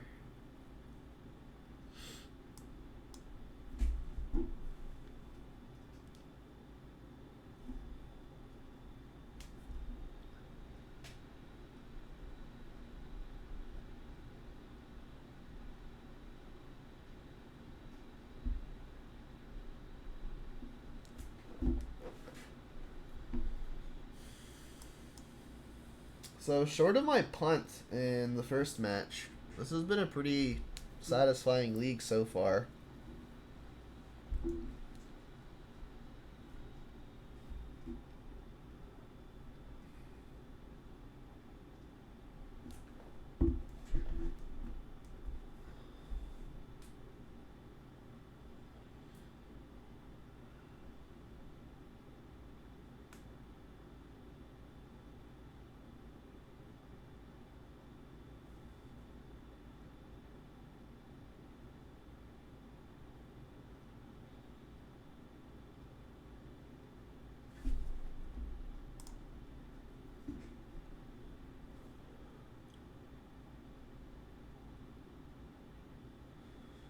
It revealed Luris. This hand is very interactive. Short of the opponent playing Bogles, I'm pretty happy with how this looks versus Luris.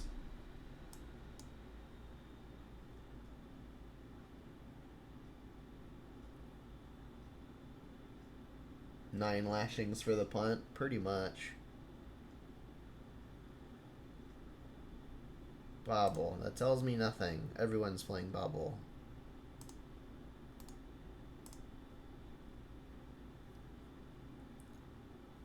Swamp. Thoughtseize. Well, if it were Shadow, it's unlikely that they would have had the Swamp, but possible.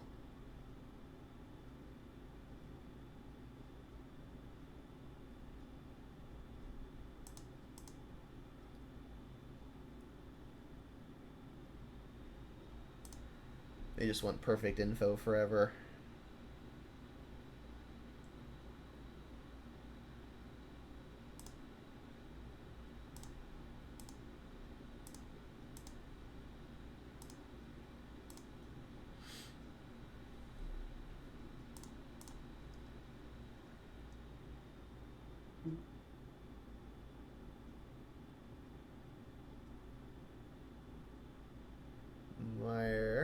Uh-huh. Maybe it's the Rakdos deck. That would make a lot of sense. Channeler. Yep. So, I don't have a 2-mana thing to cast. But if I draw a 2-mana play, I'm going to feel pretty bad for not having pushed immediately. And, like, I want to keep the board empty anyway, because that makes Liliana the best it can be. So I think I'm just going to tomb, push. Like, I could get a basic, but then I'm not casting Ren and 6 if that's what I find. Another land, didn't matter.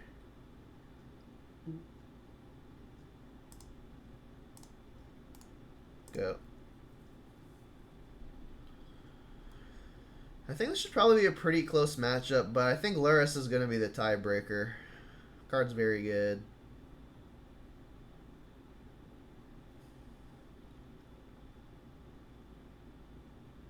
What in the world? Target legendary creature gains fear. Can't be blocked except by artifact creatures and or black creatures. Interesting.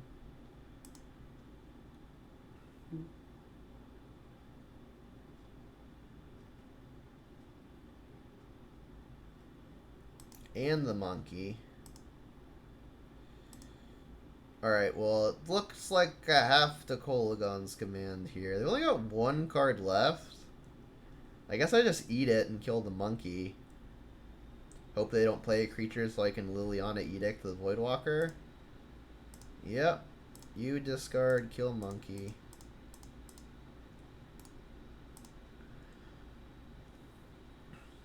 It was a bolt. Alright, so if they don't hit a creature here, we get to Liliana onto an empty board, which is just a fairly big game. But if they draw a creature here, we're very behind.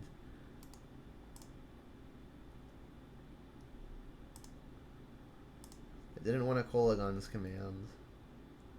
No creature! Alright, just Luris. Sure. More lands, obviously pretty bad. So if we Edict, they're just gonna get to Luris, and then if they've got a land, replay a Ragavan, which would suck, or just Bobble. So yeah, like, we're very behind, but I'm gonna do the best I can.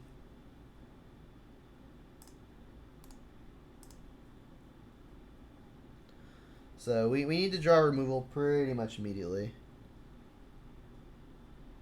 Yep. Alright, well, Bobble is at least a random card instead of a guaranteed creature immediately.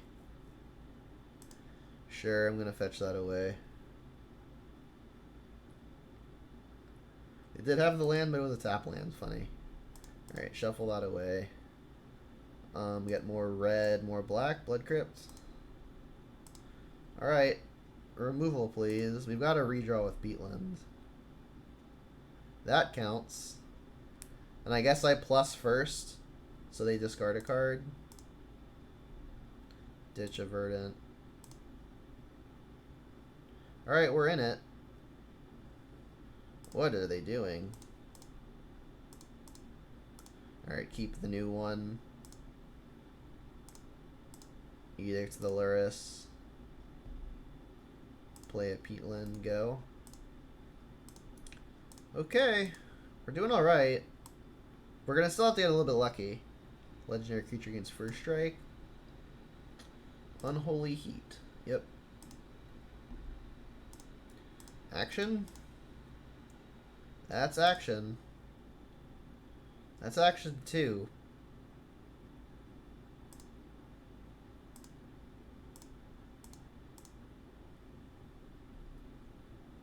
Okay. We're drawing pretty well. Boo. So what I could do is I could draw step them to have them discard and just buy back the Voidwalker, and I think that's the plan. There are a lot of threats that they could draw that Kolagon's command doesn't kill.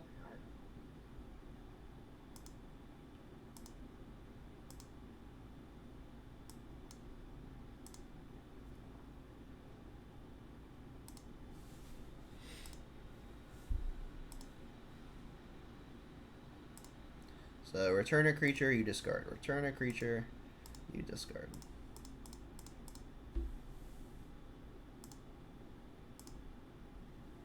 Kroxa would be bad. Alright, and we did actually have them discard something we would not have been able to kill, so that was good. Aspiring Spike was playing this not long ago. Yeah, Spike's a good one. Interesting, interesting.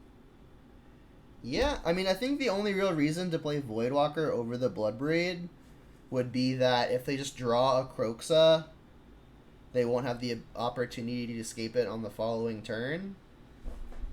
I kind of actually want to just play the Voidwalker, although it's a lot harder to double spell. So yeah, I'll just go for this. Like it'll be pretty unfortunate if they draw exactly Kroxa, but I don't think they ever play more than like 1 or 2. And this is way better assuming I draw actual anything. Renin 6 is a good one. That can buy back the Peatland and replay the Peatland. And we get to do it all. Sick.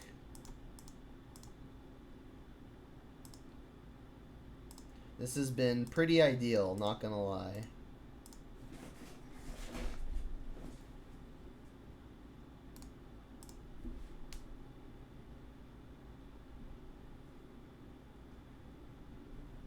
I mean, there are still lines, like, if they reanimated Luris, then, like, with an Unearth, we could potentially fall behind.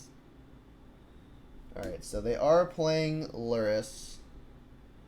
Spellbomb's probably just fine versus that plan, especially if they're also playing things like Kolagon's Command and, Kroxa. I don't think Ashiok is going to be quite good enough. Alex Nico, thank you for the follow. I appreciate the support. Brutality is also probably good enough. It's just another kill spell. Like, honestly, the discard spells are so unappetizing here that they've just got to be better than discard spells. Like, Inquit, like they can still snipe a Luris out of hand the turn they put it in the hand, as long as they don't play it immediately. So, I mean, they're not just bad. I think they're probably actually better than the Ashiok. Although, I mean, Ashiok could be good just for making their life awkward, but I think on the draw it's definitely weaker. So maybe on the play I bring it in, but for now I think the Inquisitions are lackluster, but probably fine. Yeah, that was in fact disgusting. We needed to draw action, and then we hit Kolagon's Command into Voidwalker. We've got a 1-2-3 curve, which is pretty good. If they use a discard spell, it could definitely get a lot weaker if they can punch a hole in the curve. But I feel like I can't ever mulligan this. Turn 1 Filterland. Well, I guess they're not Inquisitioning me.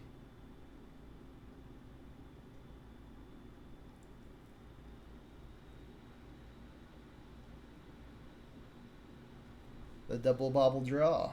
Yep.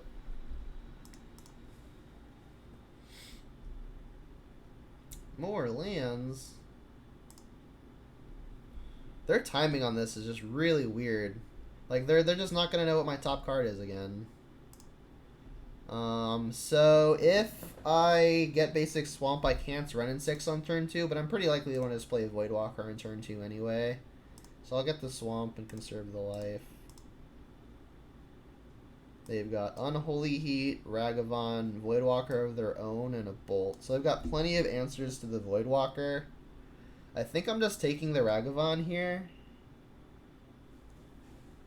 Because I need to minimize the number of creatures they have, so that way Liliana can kill something onto an empty board. Ragavan's got Dash, so let's just get rid of that.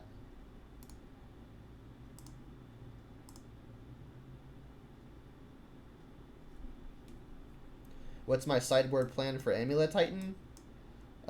Force of Vigor is very good versus Amulet Titan. It kills the Saga, it kills the Dryad, and it kills the Amulet. And then Ashiok is also very strong versus them. Jeez, more lands, not ideal.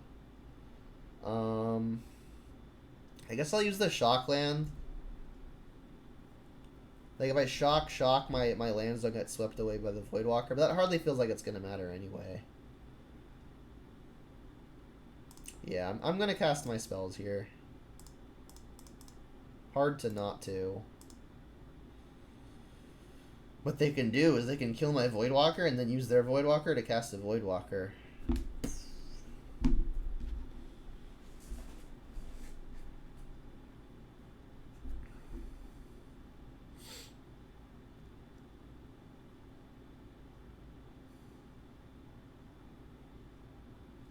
This Mire is that Mire, right?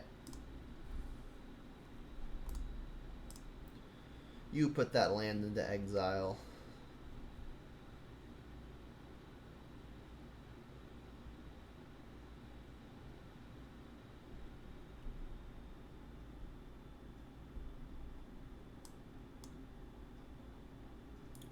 What is this? This is like Luris to hand? If this is Luris to hand, then I'm pretty happy. Oh no, it's buyback Ragavan-ish. Well, Grista's pretty good against Ragavan. If I just Grist here, they could just attack it with Shadow and then shoot it down. I think I'm just gonna Liliana onto this empty board here. Feels like it's gonna be the best case for Liliana.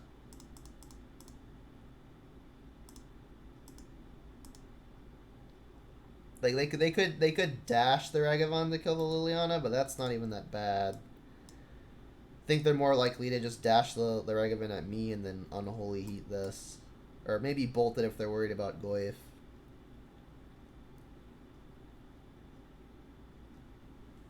Definitely behind. Too many lands were drawn. We drew real hot last round, though.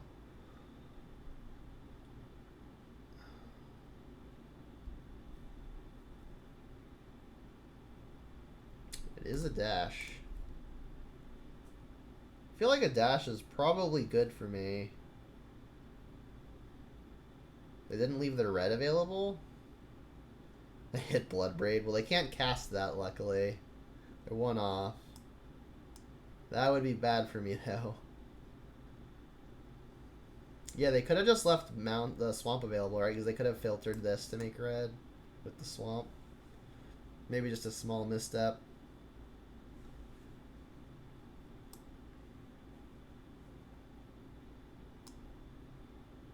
Yeah, so they just lost some life unnecessarily. Unearth Voidwalker. Didn't they want to do that in a different order? Bloodbraid's a good hit. If we can find an answer to this Voidwalker, we might actually just start pulling ahead. I guess we'll get basic mountain. Sure. Exile my land.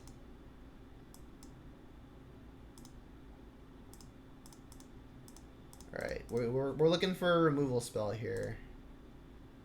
That counts.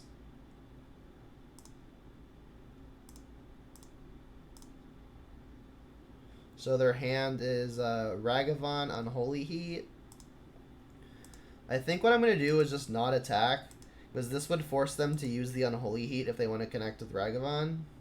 And then I'll still have the Liliana around if they want to hit me. Really good at cascading into the Lilianas today.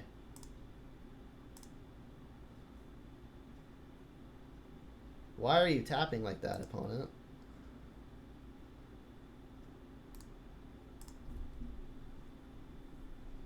Do you want to kill Lily? Or do you want a random card off the top? Kill the Liliana. Yeah, that makes sense. Would you Terminate? Terminate's a real good one here, right? I guess I'm just going to fetch Basic Forest. Cast the Grist off of all the basics. It's not impossible that I get Blood Moon.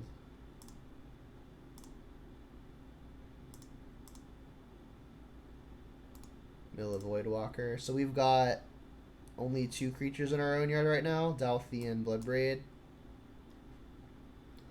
Their hand is Ragavan, but they've still got access to Luris at some point, which could be dangerous. May have to save the Terminate for that.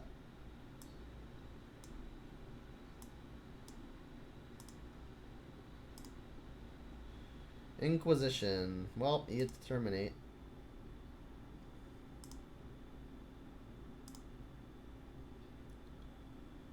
Yep.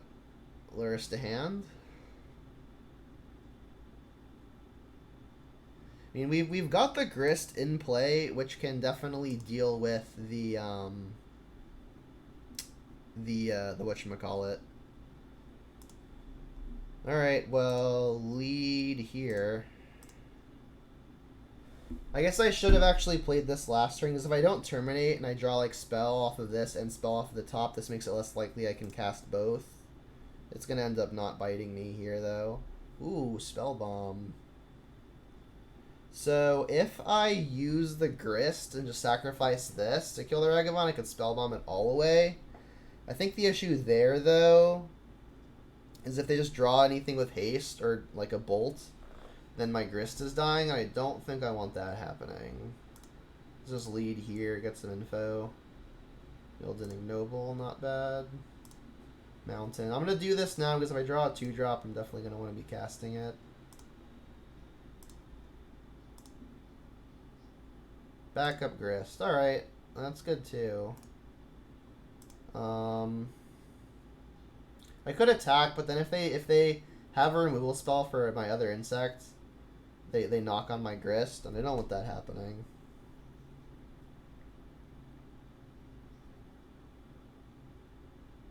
We're in a pretty okay spot. Spellbomb was a clutch draw. I mean, they would have only gotten one card off of their Luris anyway, because we've got Grists for days. But it's nice just not giving them the card at all. Grist hopefully just runs away with it from this point. They're pretty far from Delirium, given the spell bomb, so Unholy Heat isn't just going to nuke the Grist in one shot, which is also nice.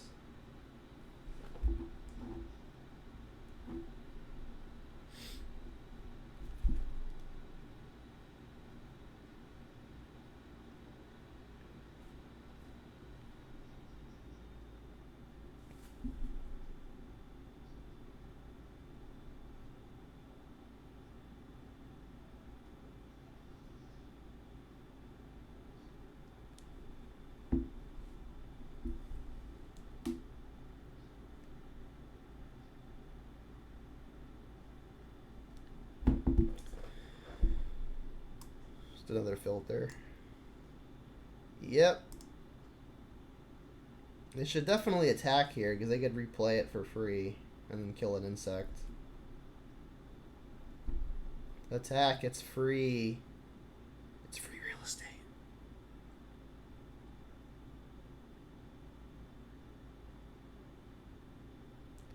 I mean, I'll take the freebie. Bolt's good too. I mean, I still think I want to just preserve the Bolt. I mean, if they draw Bolt, they get to kill Grist, which would be annoying. I mean, Bolt's not going to have a much better use than just killing Luris. Let's just do that. Because this lets us start attacking for 1, too. Right, because we can leave back 2 insects, so if they draw removal, I don't just die if they flip something good. Please dash a second Ragavan and like lose one. That'd be hilarious. Bitter Blossom time. Grist has looked very very good this league. They found the Croxa. Jeez. Luckily, at least they're pretty far from escaping it. If I ditch the Blood Crypt, I go to 5. That's probably fine. Like, I just need to not have them draw 2 bolts. I think backup Grist might just be more important. It's pretty unlikely that gets them there.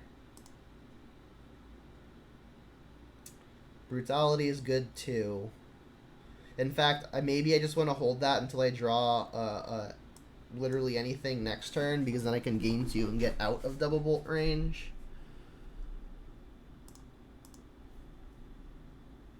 Milling Inquisition. Yeah, let's still just attack with 2. I'm so far ahead that, like, I feel like the way that I lose is they just draw a removal spell for the 1 insect that I leave untapped. And then they, like, flip a bolt or something and just kill me.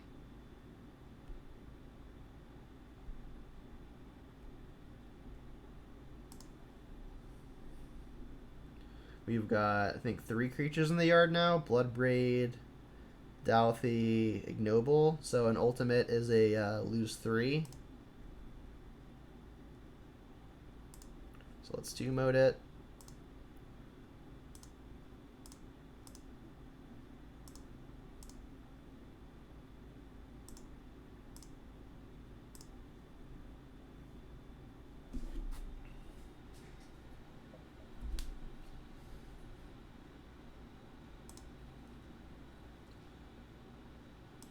So if I attack for 3 here, I can leave 2 back to not die to more Ragavan lines. If I attack for 4 here, put them to 6, I don't get to kill them next turn anyway. So I think I should still probably just play it safe. I mean, an ultimate is a deal 3, which is lethal next turn anyway, even doing this. So now if they kill 1, I hit them to 2. I hit them to 3 still, and then the ultimate just kills them. So I think this is correct. This might be too safe. They did actually draw the bolt. This might be like edging along too safe, but it's about the only way that I lose. 4 damage grist does count itself, but only if it goes to the yard. The -5 wouldn't put it into the yard if it doesn't have 5 loyalty.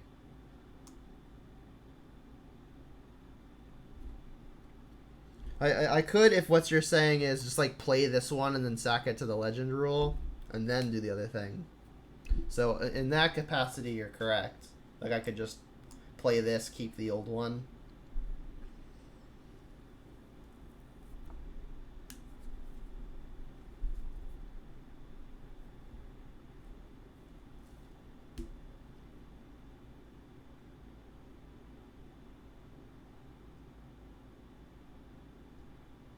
Wow! That does it. Holy moly. Wait. Oh.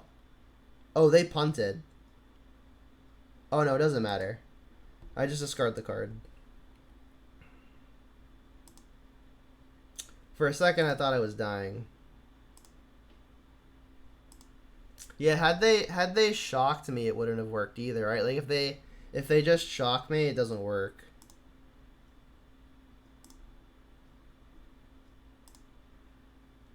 Yeah.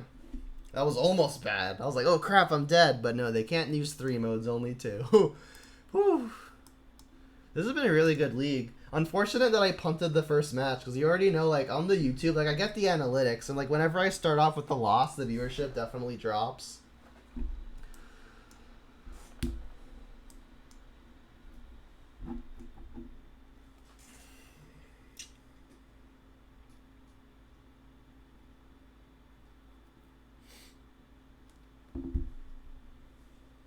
But yeah, outside of the game 1, the match 1, game 3 punt, this has been a really, really interesting and fun league.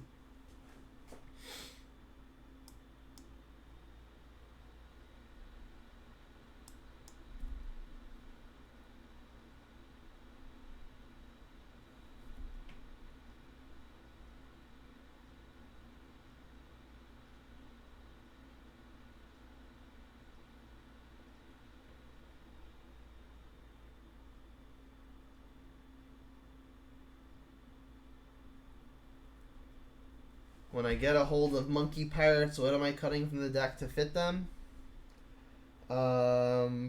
Probably Bone Crusher. Well, assuming I'm playing 4 monkeys, I'm definitely cutting the Ignoble Hierarchs, probably cutting Bone Crusher, and then I don't know what the 4th would be. But those are, I think, the first 3 easy ones. I'm sad to see the Bone Crusher go. I guess I'm keeping this. But there's just, like, not enough room at a certain point, right? They perform similar roles in that they're a fairly decent clock that's also a card advantage piece. Oh, it's Affinity. Alright, well, this hand looks like it should be okay versus Affinity. We got Kolaghan's Command in the deck. Alright, there's the green Storis, but I'm still going to lead on Inquisition, trying to prevent something nutty from happening. They've got Emery, Plating, Drum. So they do get to play Emery next turn. I do get to kill it, but I think I'm going to want the Fatal Push to kill the next important thing. So I'll just take the Emery. Not really worried about the drum. Plating doesn't do anything as long as they don't have a creature, which I intend on denying. There's the plating. Yep. So the option here is, do I want to ignoble Herrick? That's a good draw. Or just double Inquisition. We don't actually know that double Inquisition hits two things. So I could just lead on Inquisition, and then if this doesn't hit a second thing, I could then play ignoble. But we do get to hit two things, so let's just take two things. I guess we'll get Overgrown. Gonna get first green, need the black for right now. And like while like something like a Springleaf Drum isn't that good, the Inquisitions really aren't doing that much past this turn anyway, and everything counts towards Affinity. Pony Slay Station, thank you for the follow. I appreciate the support. Getting aggro with it. I mean, I guess this turns it into an artifact to make Frogmite cheaper too. Oh, they're just like getting aggro with it. I see. I mean, they do have a backup Inkmoth, so this line does make some sense. Backup Fatal Push is pretty excellent. This looks like just play Renin 6, get back the Verdant, and play the Verdant, hold up the push. I don't really see a reason to play the Ignoble here. Like, they're already kind of light on lands, so being able to hit a land feels like it's got to be good. They might not go for the line now that I've got mana available.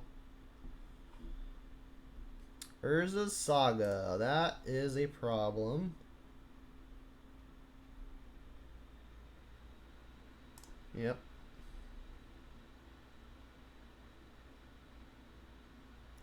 Frogmite. Yep.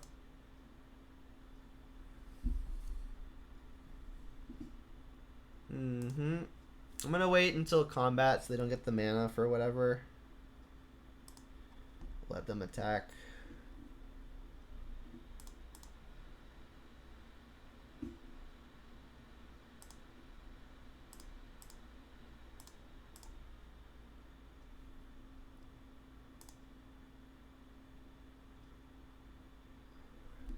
Bloodbraid's a good one.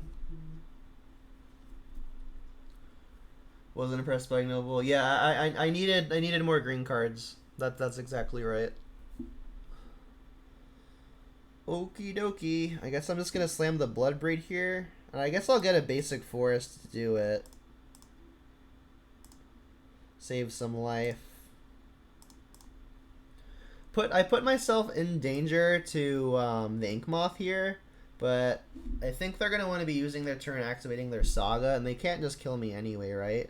Like if they go like Darksteel Citadel, activate this.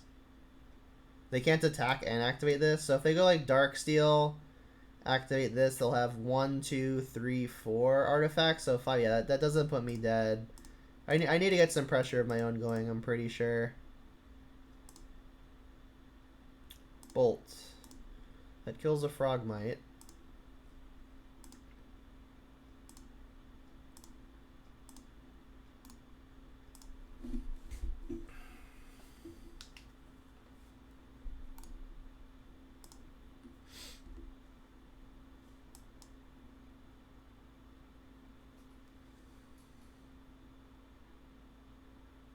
They're not going for an Urza's activation. So the thing that's going to be potentially dangerous here is if they could maybe Urza Saga for a regeneration shield, but if they get a regeneration shield, that doesn't actually... It still takes their thing out of combat. So I'll play this, hit them for 4.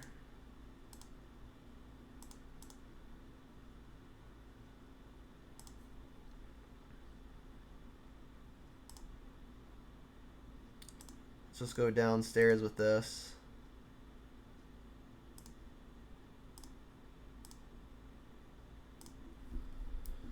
So my guess is going to be that they're going to try to infect kill me.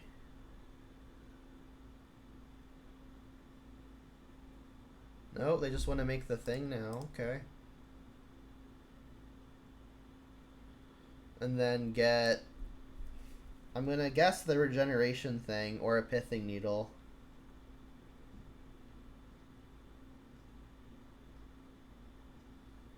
Saga's a good card. Does a lot of everything. Yep, there's the jar.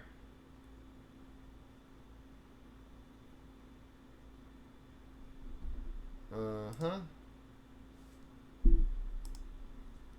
So, if I push this, I won't have the push to kill this Inkwell next turn. I think I'm just going to untap and hope to draw like a Liliana or something. That'd be the best case. Hiya. Nope. Alright, so how do I bluff that I'm not just dead? I guess land minus target you again. I have no attack.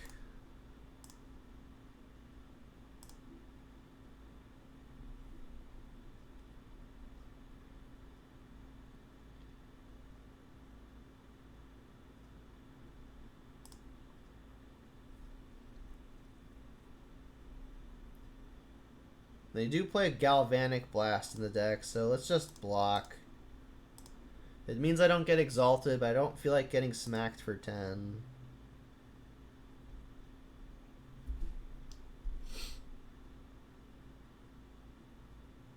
Yee. This is equipped too, right? But it's living weapon. Pretty large.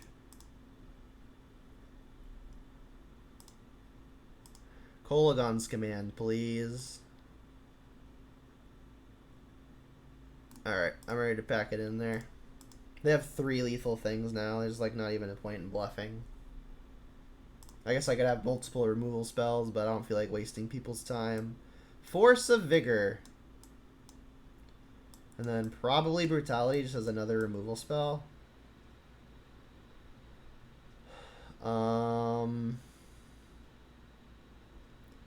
Voidwalker doesn't feel like it's going to do much anything. I think I could probably also safely cut Thoughtseize. Like, Thoughtseize will stop their nuttier draws. But if they empty their hand quickly, they just don't do anything. I need one more cut as is. And I don't think I want to be cutting a green card because I really want these forces to do the thing. So maybe it's to terminate. Although, 1 for 1ing their stuff is kind of good. I guess I could definitely see cutting Liliana. If they've got multiple creatures, Liliana is kind of just the worst removal spell. Maybe time to start packing Tranquility and Shatterstorm. I think Affinity is probably a pretty fine matchup. So I don't know that I would go too deep into the sideboard trying to hate them out specifically. Urza Saga is quite good. Unfortunately, I can't keep this. If I had another green card, I think I'd consider it, but I don't think I can keep that. I don't think I can keep that either. Yeah. Bottom a basic. Bottom redundant Ren and 6. This is a fine 5. This will get, I guess, Blood Crypt.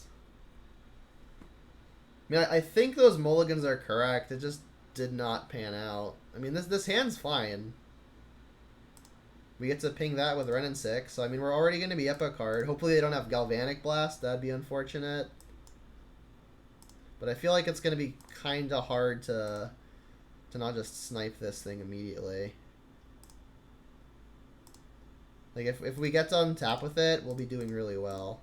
Like, the alternate line is I could play Goyf there and then double spell with the Ren and 6 and the Inquisition next turn, but it's a lot worse if they've got, like, a powerful Affinity draw where they care about the artifact just being in play. Saga, yep. Plating, yep. Ooh.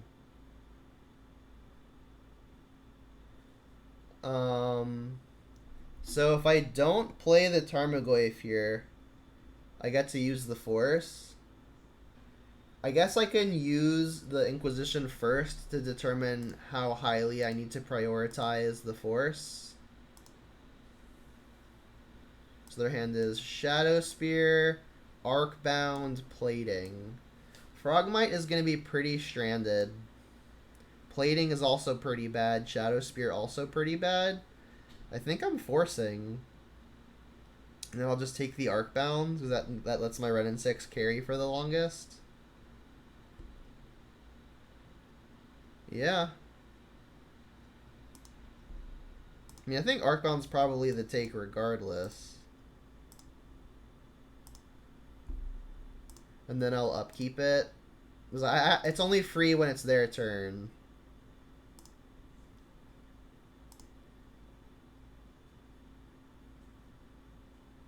Yeah, it leaves me with no pressure, but I'll have infinite time. Like, none of their cards do anything after this happens. And, like, I still just have Removal Spell and Ren and 6 in play. And while all of their powerful cards care about having artifacts in play, I feel like taking artifacts offline is going to be pretty ideal. I don't know why I fetched there. Oops. Well, I guess if I have to terminate, I'll need basic. So yeah, Force is only free on their turn.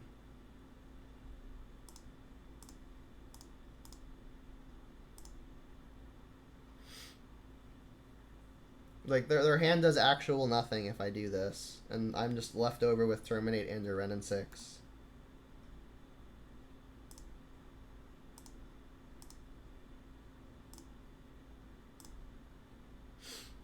Oh, they drew another Urza Saga? That's gotta be the worst thing possible for me.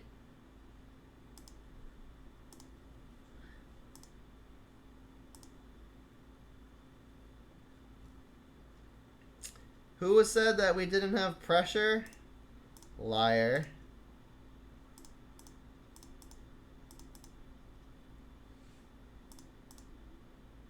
That was a good one. Oh, we flipped the pulse, though. I would have liked the pulse. We're doing pretty alright for ourselves, though. I guess Inkmoth means they get to start generating tokens. Urza Saga was a pretty nutty one from them. Unfortunately. Yeah, and they didn't play Frogmite or Shadow Spear, so they're definitely planning on activating this thing.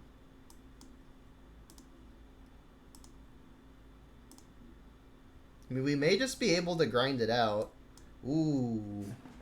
We may just be able to grind it out.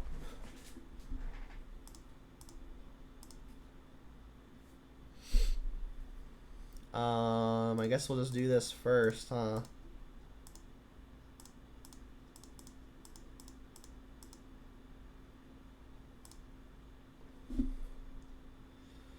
Aww. Well, not casting that. So if I attack here and they make the thing, it's a 3/3. They can't actually block. Or sorry, it's a 2/2, right? Because this isn't an artifact.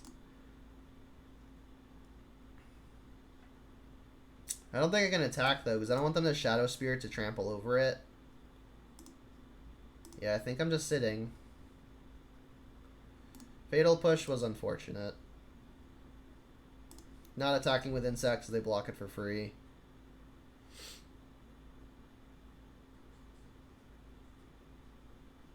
We drew a creature, but it's just a 3/2.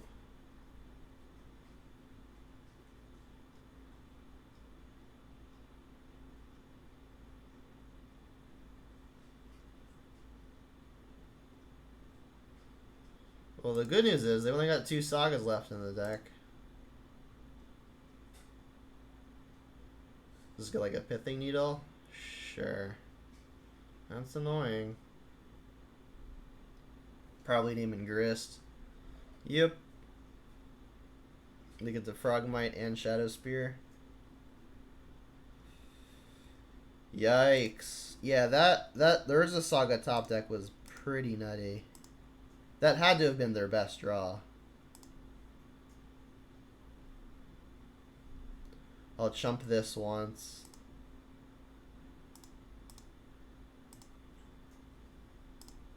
We even mailed our Maelstrom Pulse. We still have some very good draws though. The two Forza Vigors are the aces, and then Kolaghan's Command also would be excellent. Kolaghan's Command would almost be even better because then we could also terminate.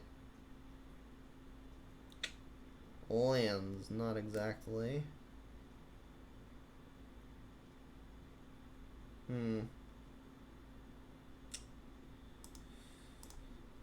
Buy back a land, play a land. Yeah. Story of this game was that Urza Saga off the top. Can't terminate yet. I have to see what they put plating on, right?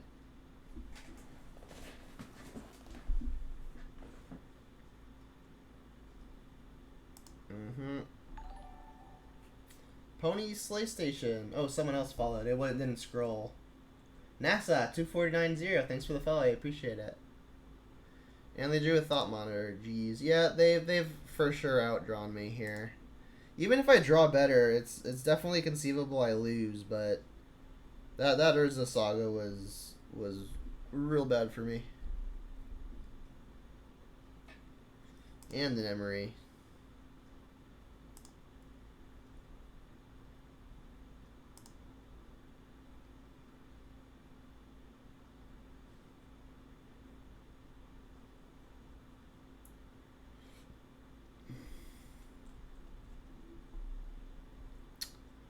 I think I've got to take the trade.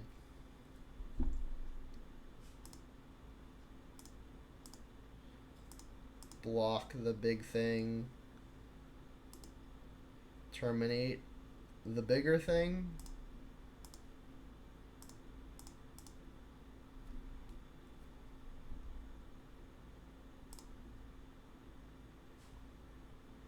No damnation here.